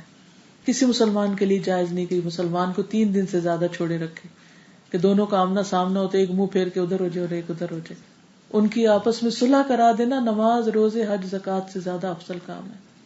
ورنہ لوگ تو خوش ہوتے ہیں اچھا یہ دونوں کی دوستی ختم ہوئی تو اب ہماری باری آئے گی, ہمیں موقع مل گیا, ہمیں جگہ مل گئی. مومن آپس میں ایک جسم کی طرح ہوتے ہیں, ایک کو تکلیف ہو تو دوسرا بھی محسوس کرتا ہے. ایک عمارت کی طرح ہوتے ہیں, ایک حصہ دوسرے کو قوت پہنچاتا ہے.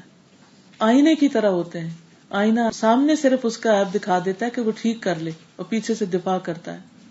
نبی صلی اللہ علیہ وسلم نے فرمایا جو اپنے بھائی کی عزت سے اس چیز کو دور کرے گا جو اسے عیب دار کرتی ہے تو اللہ تعالیٰ قیامت کے دن اس کے چہرے سے آگ کو دور کر دے گا.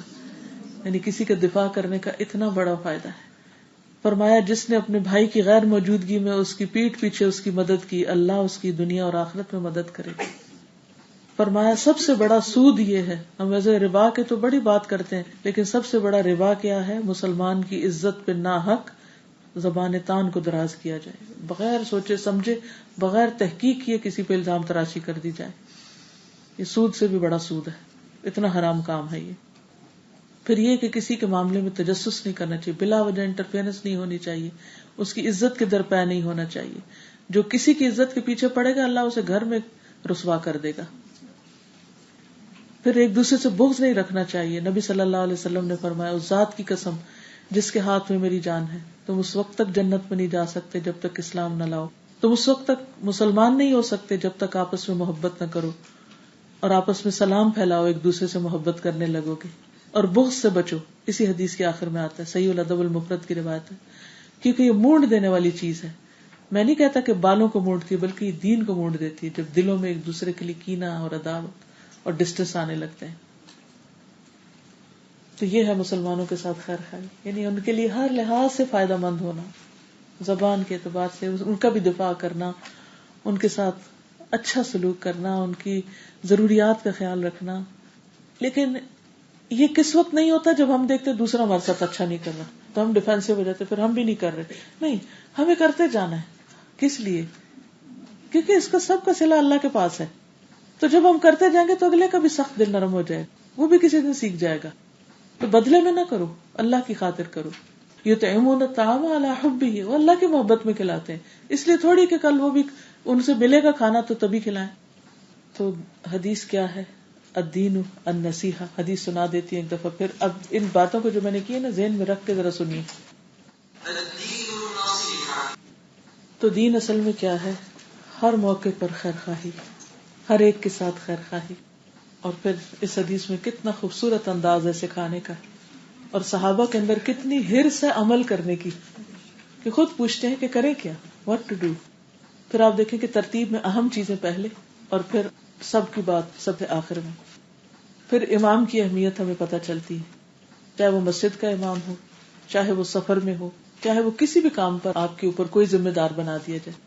تو جب وہ کہے چلو تو چلیں, جب وہ کہے بیٹھ جاؤ تو بیٹھ جائیں. وہ جو کام کہے, یہ نہ کہے کہ آپ کون ہوتے ہیں ہر وقت ہمیں ڈکٹیٹ کرنے کے, ہم نہیں مان رہے. نہیں, اگر سمجھے کہ وہ ٹھیک نہیں کہہ رہا تو اس کو الگ سے سمجھا دیں کہ ایسے نہیں ایسے کر لیں زیادہ بہتر ہے. اور پھر ایک ہی بار جب وہ کہے تو بات مان لیا جائے. یہ نہیں کہ اس کو ہر وقت دوبارہ بار بار وہی بات کرنی پڑے, کیونکہ اس کا نقصان یہ ہوتا ہے کہ پھر بہت سے اہم کام رہ جاتے ہیں. اگر امیر اسی میں لگا رہے کہ ہر وقت لوگوں کو صرف بتاتا ہی رہے کہ یہ کرو, اور وہ بچوں کی طرح بہیو کرے اور کچھ سن کے نہ دے اور کرے نہ, تو یہ درست نہیں.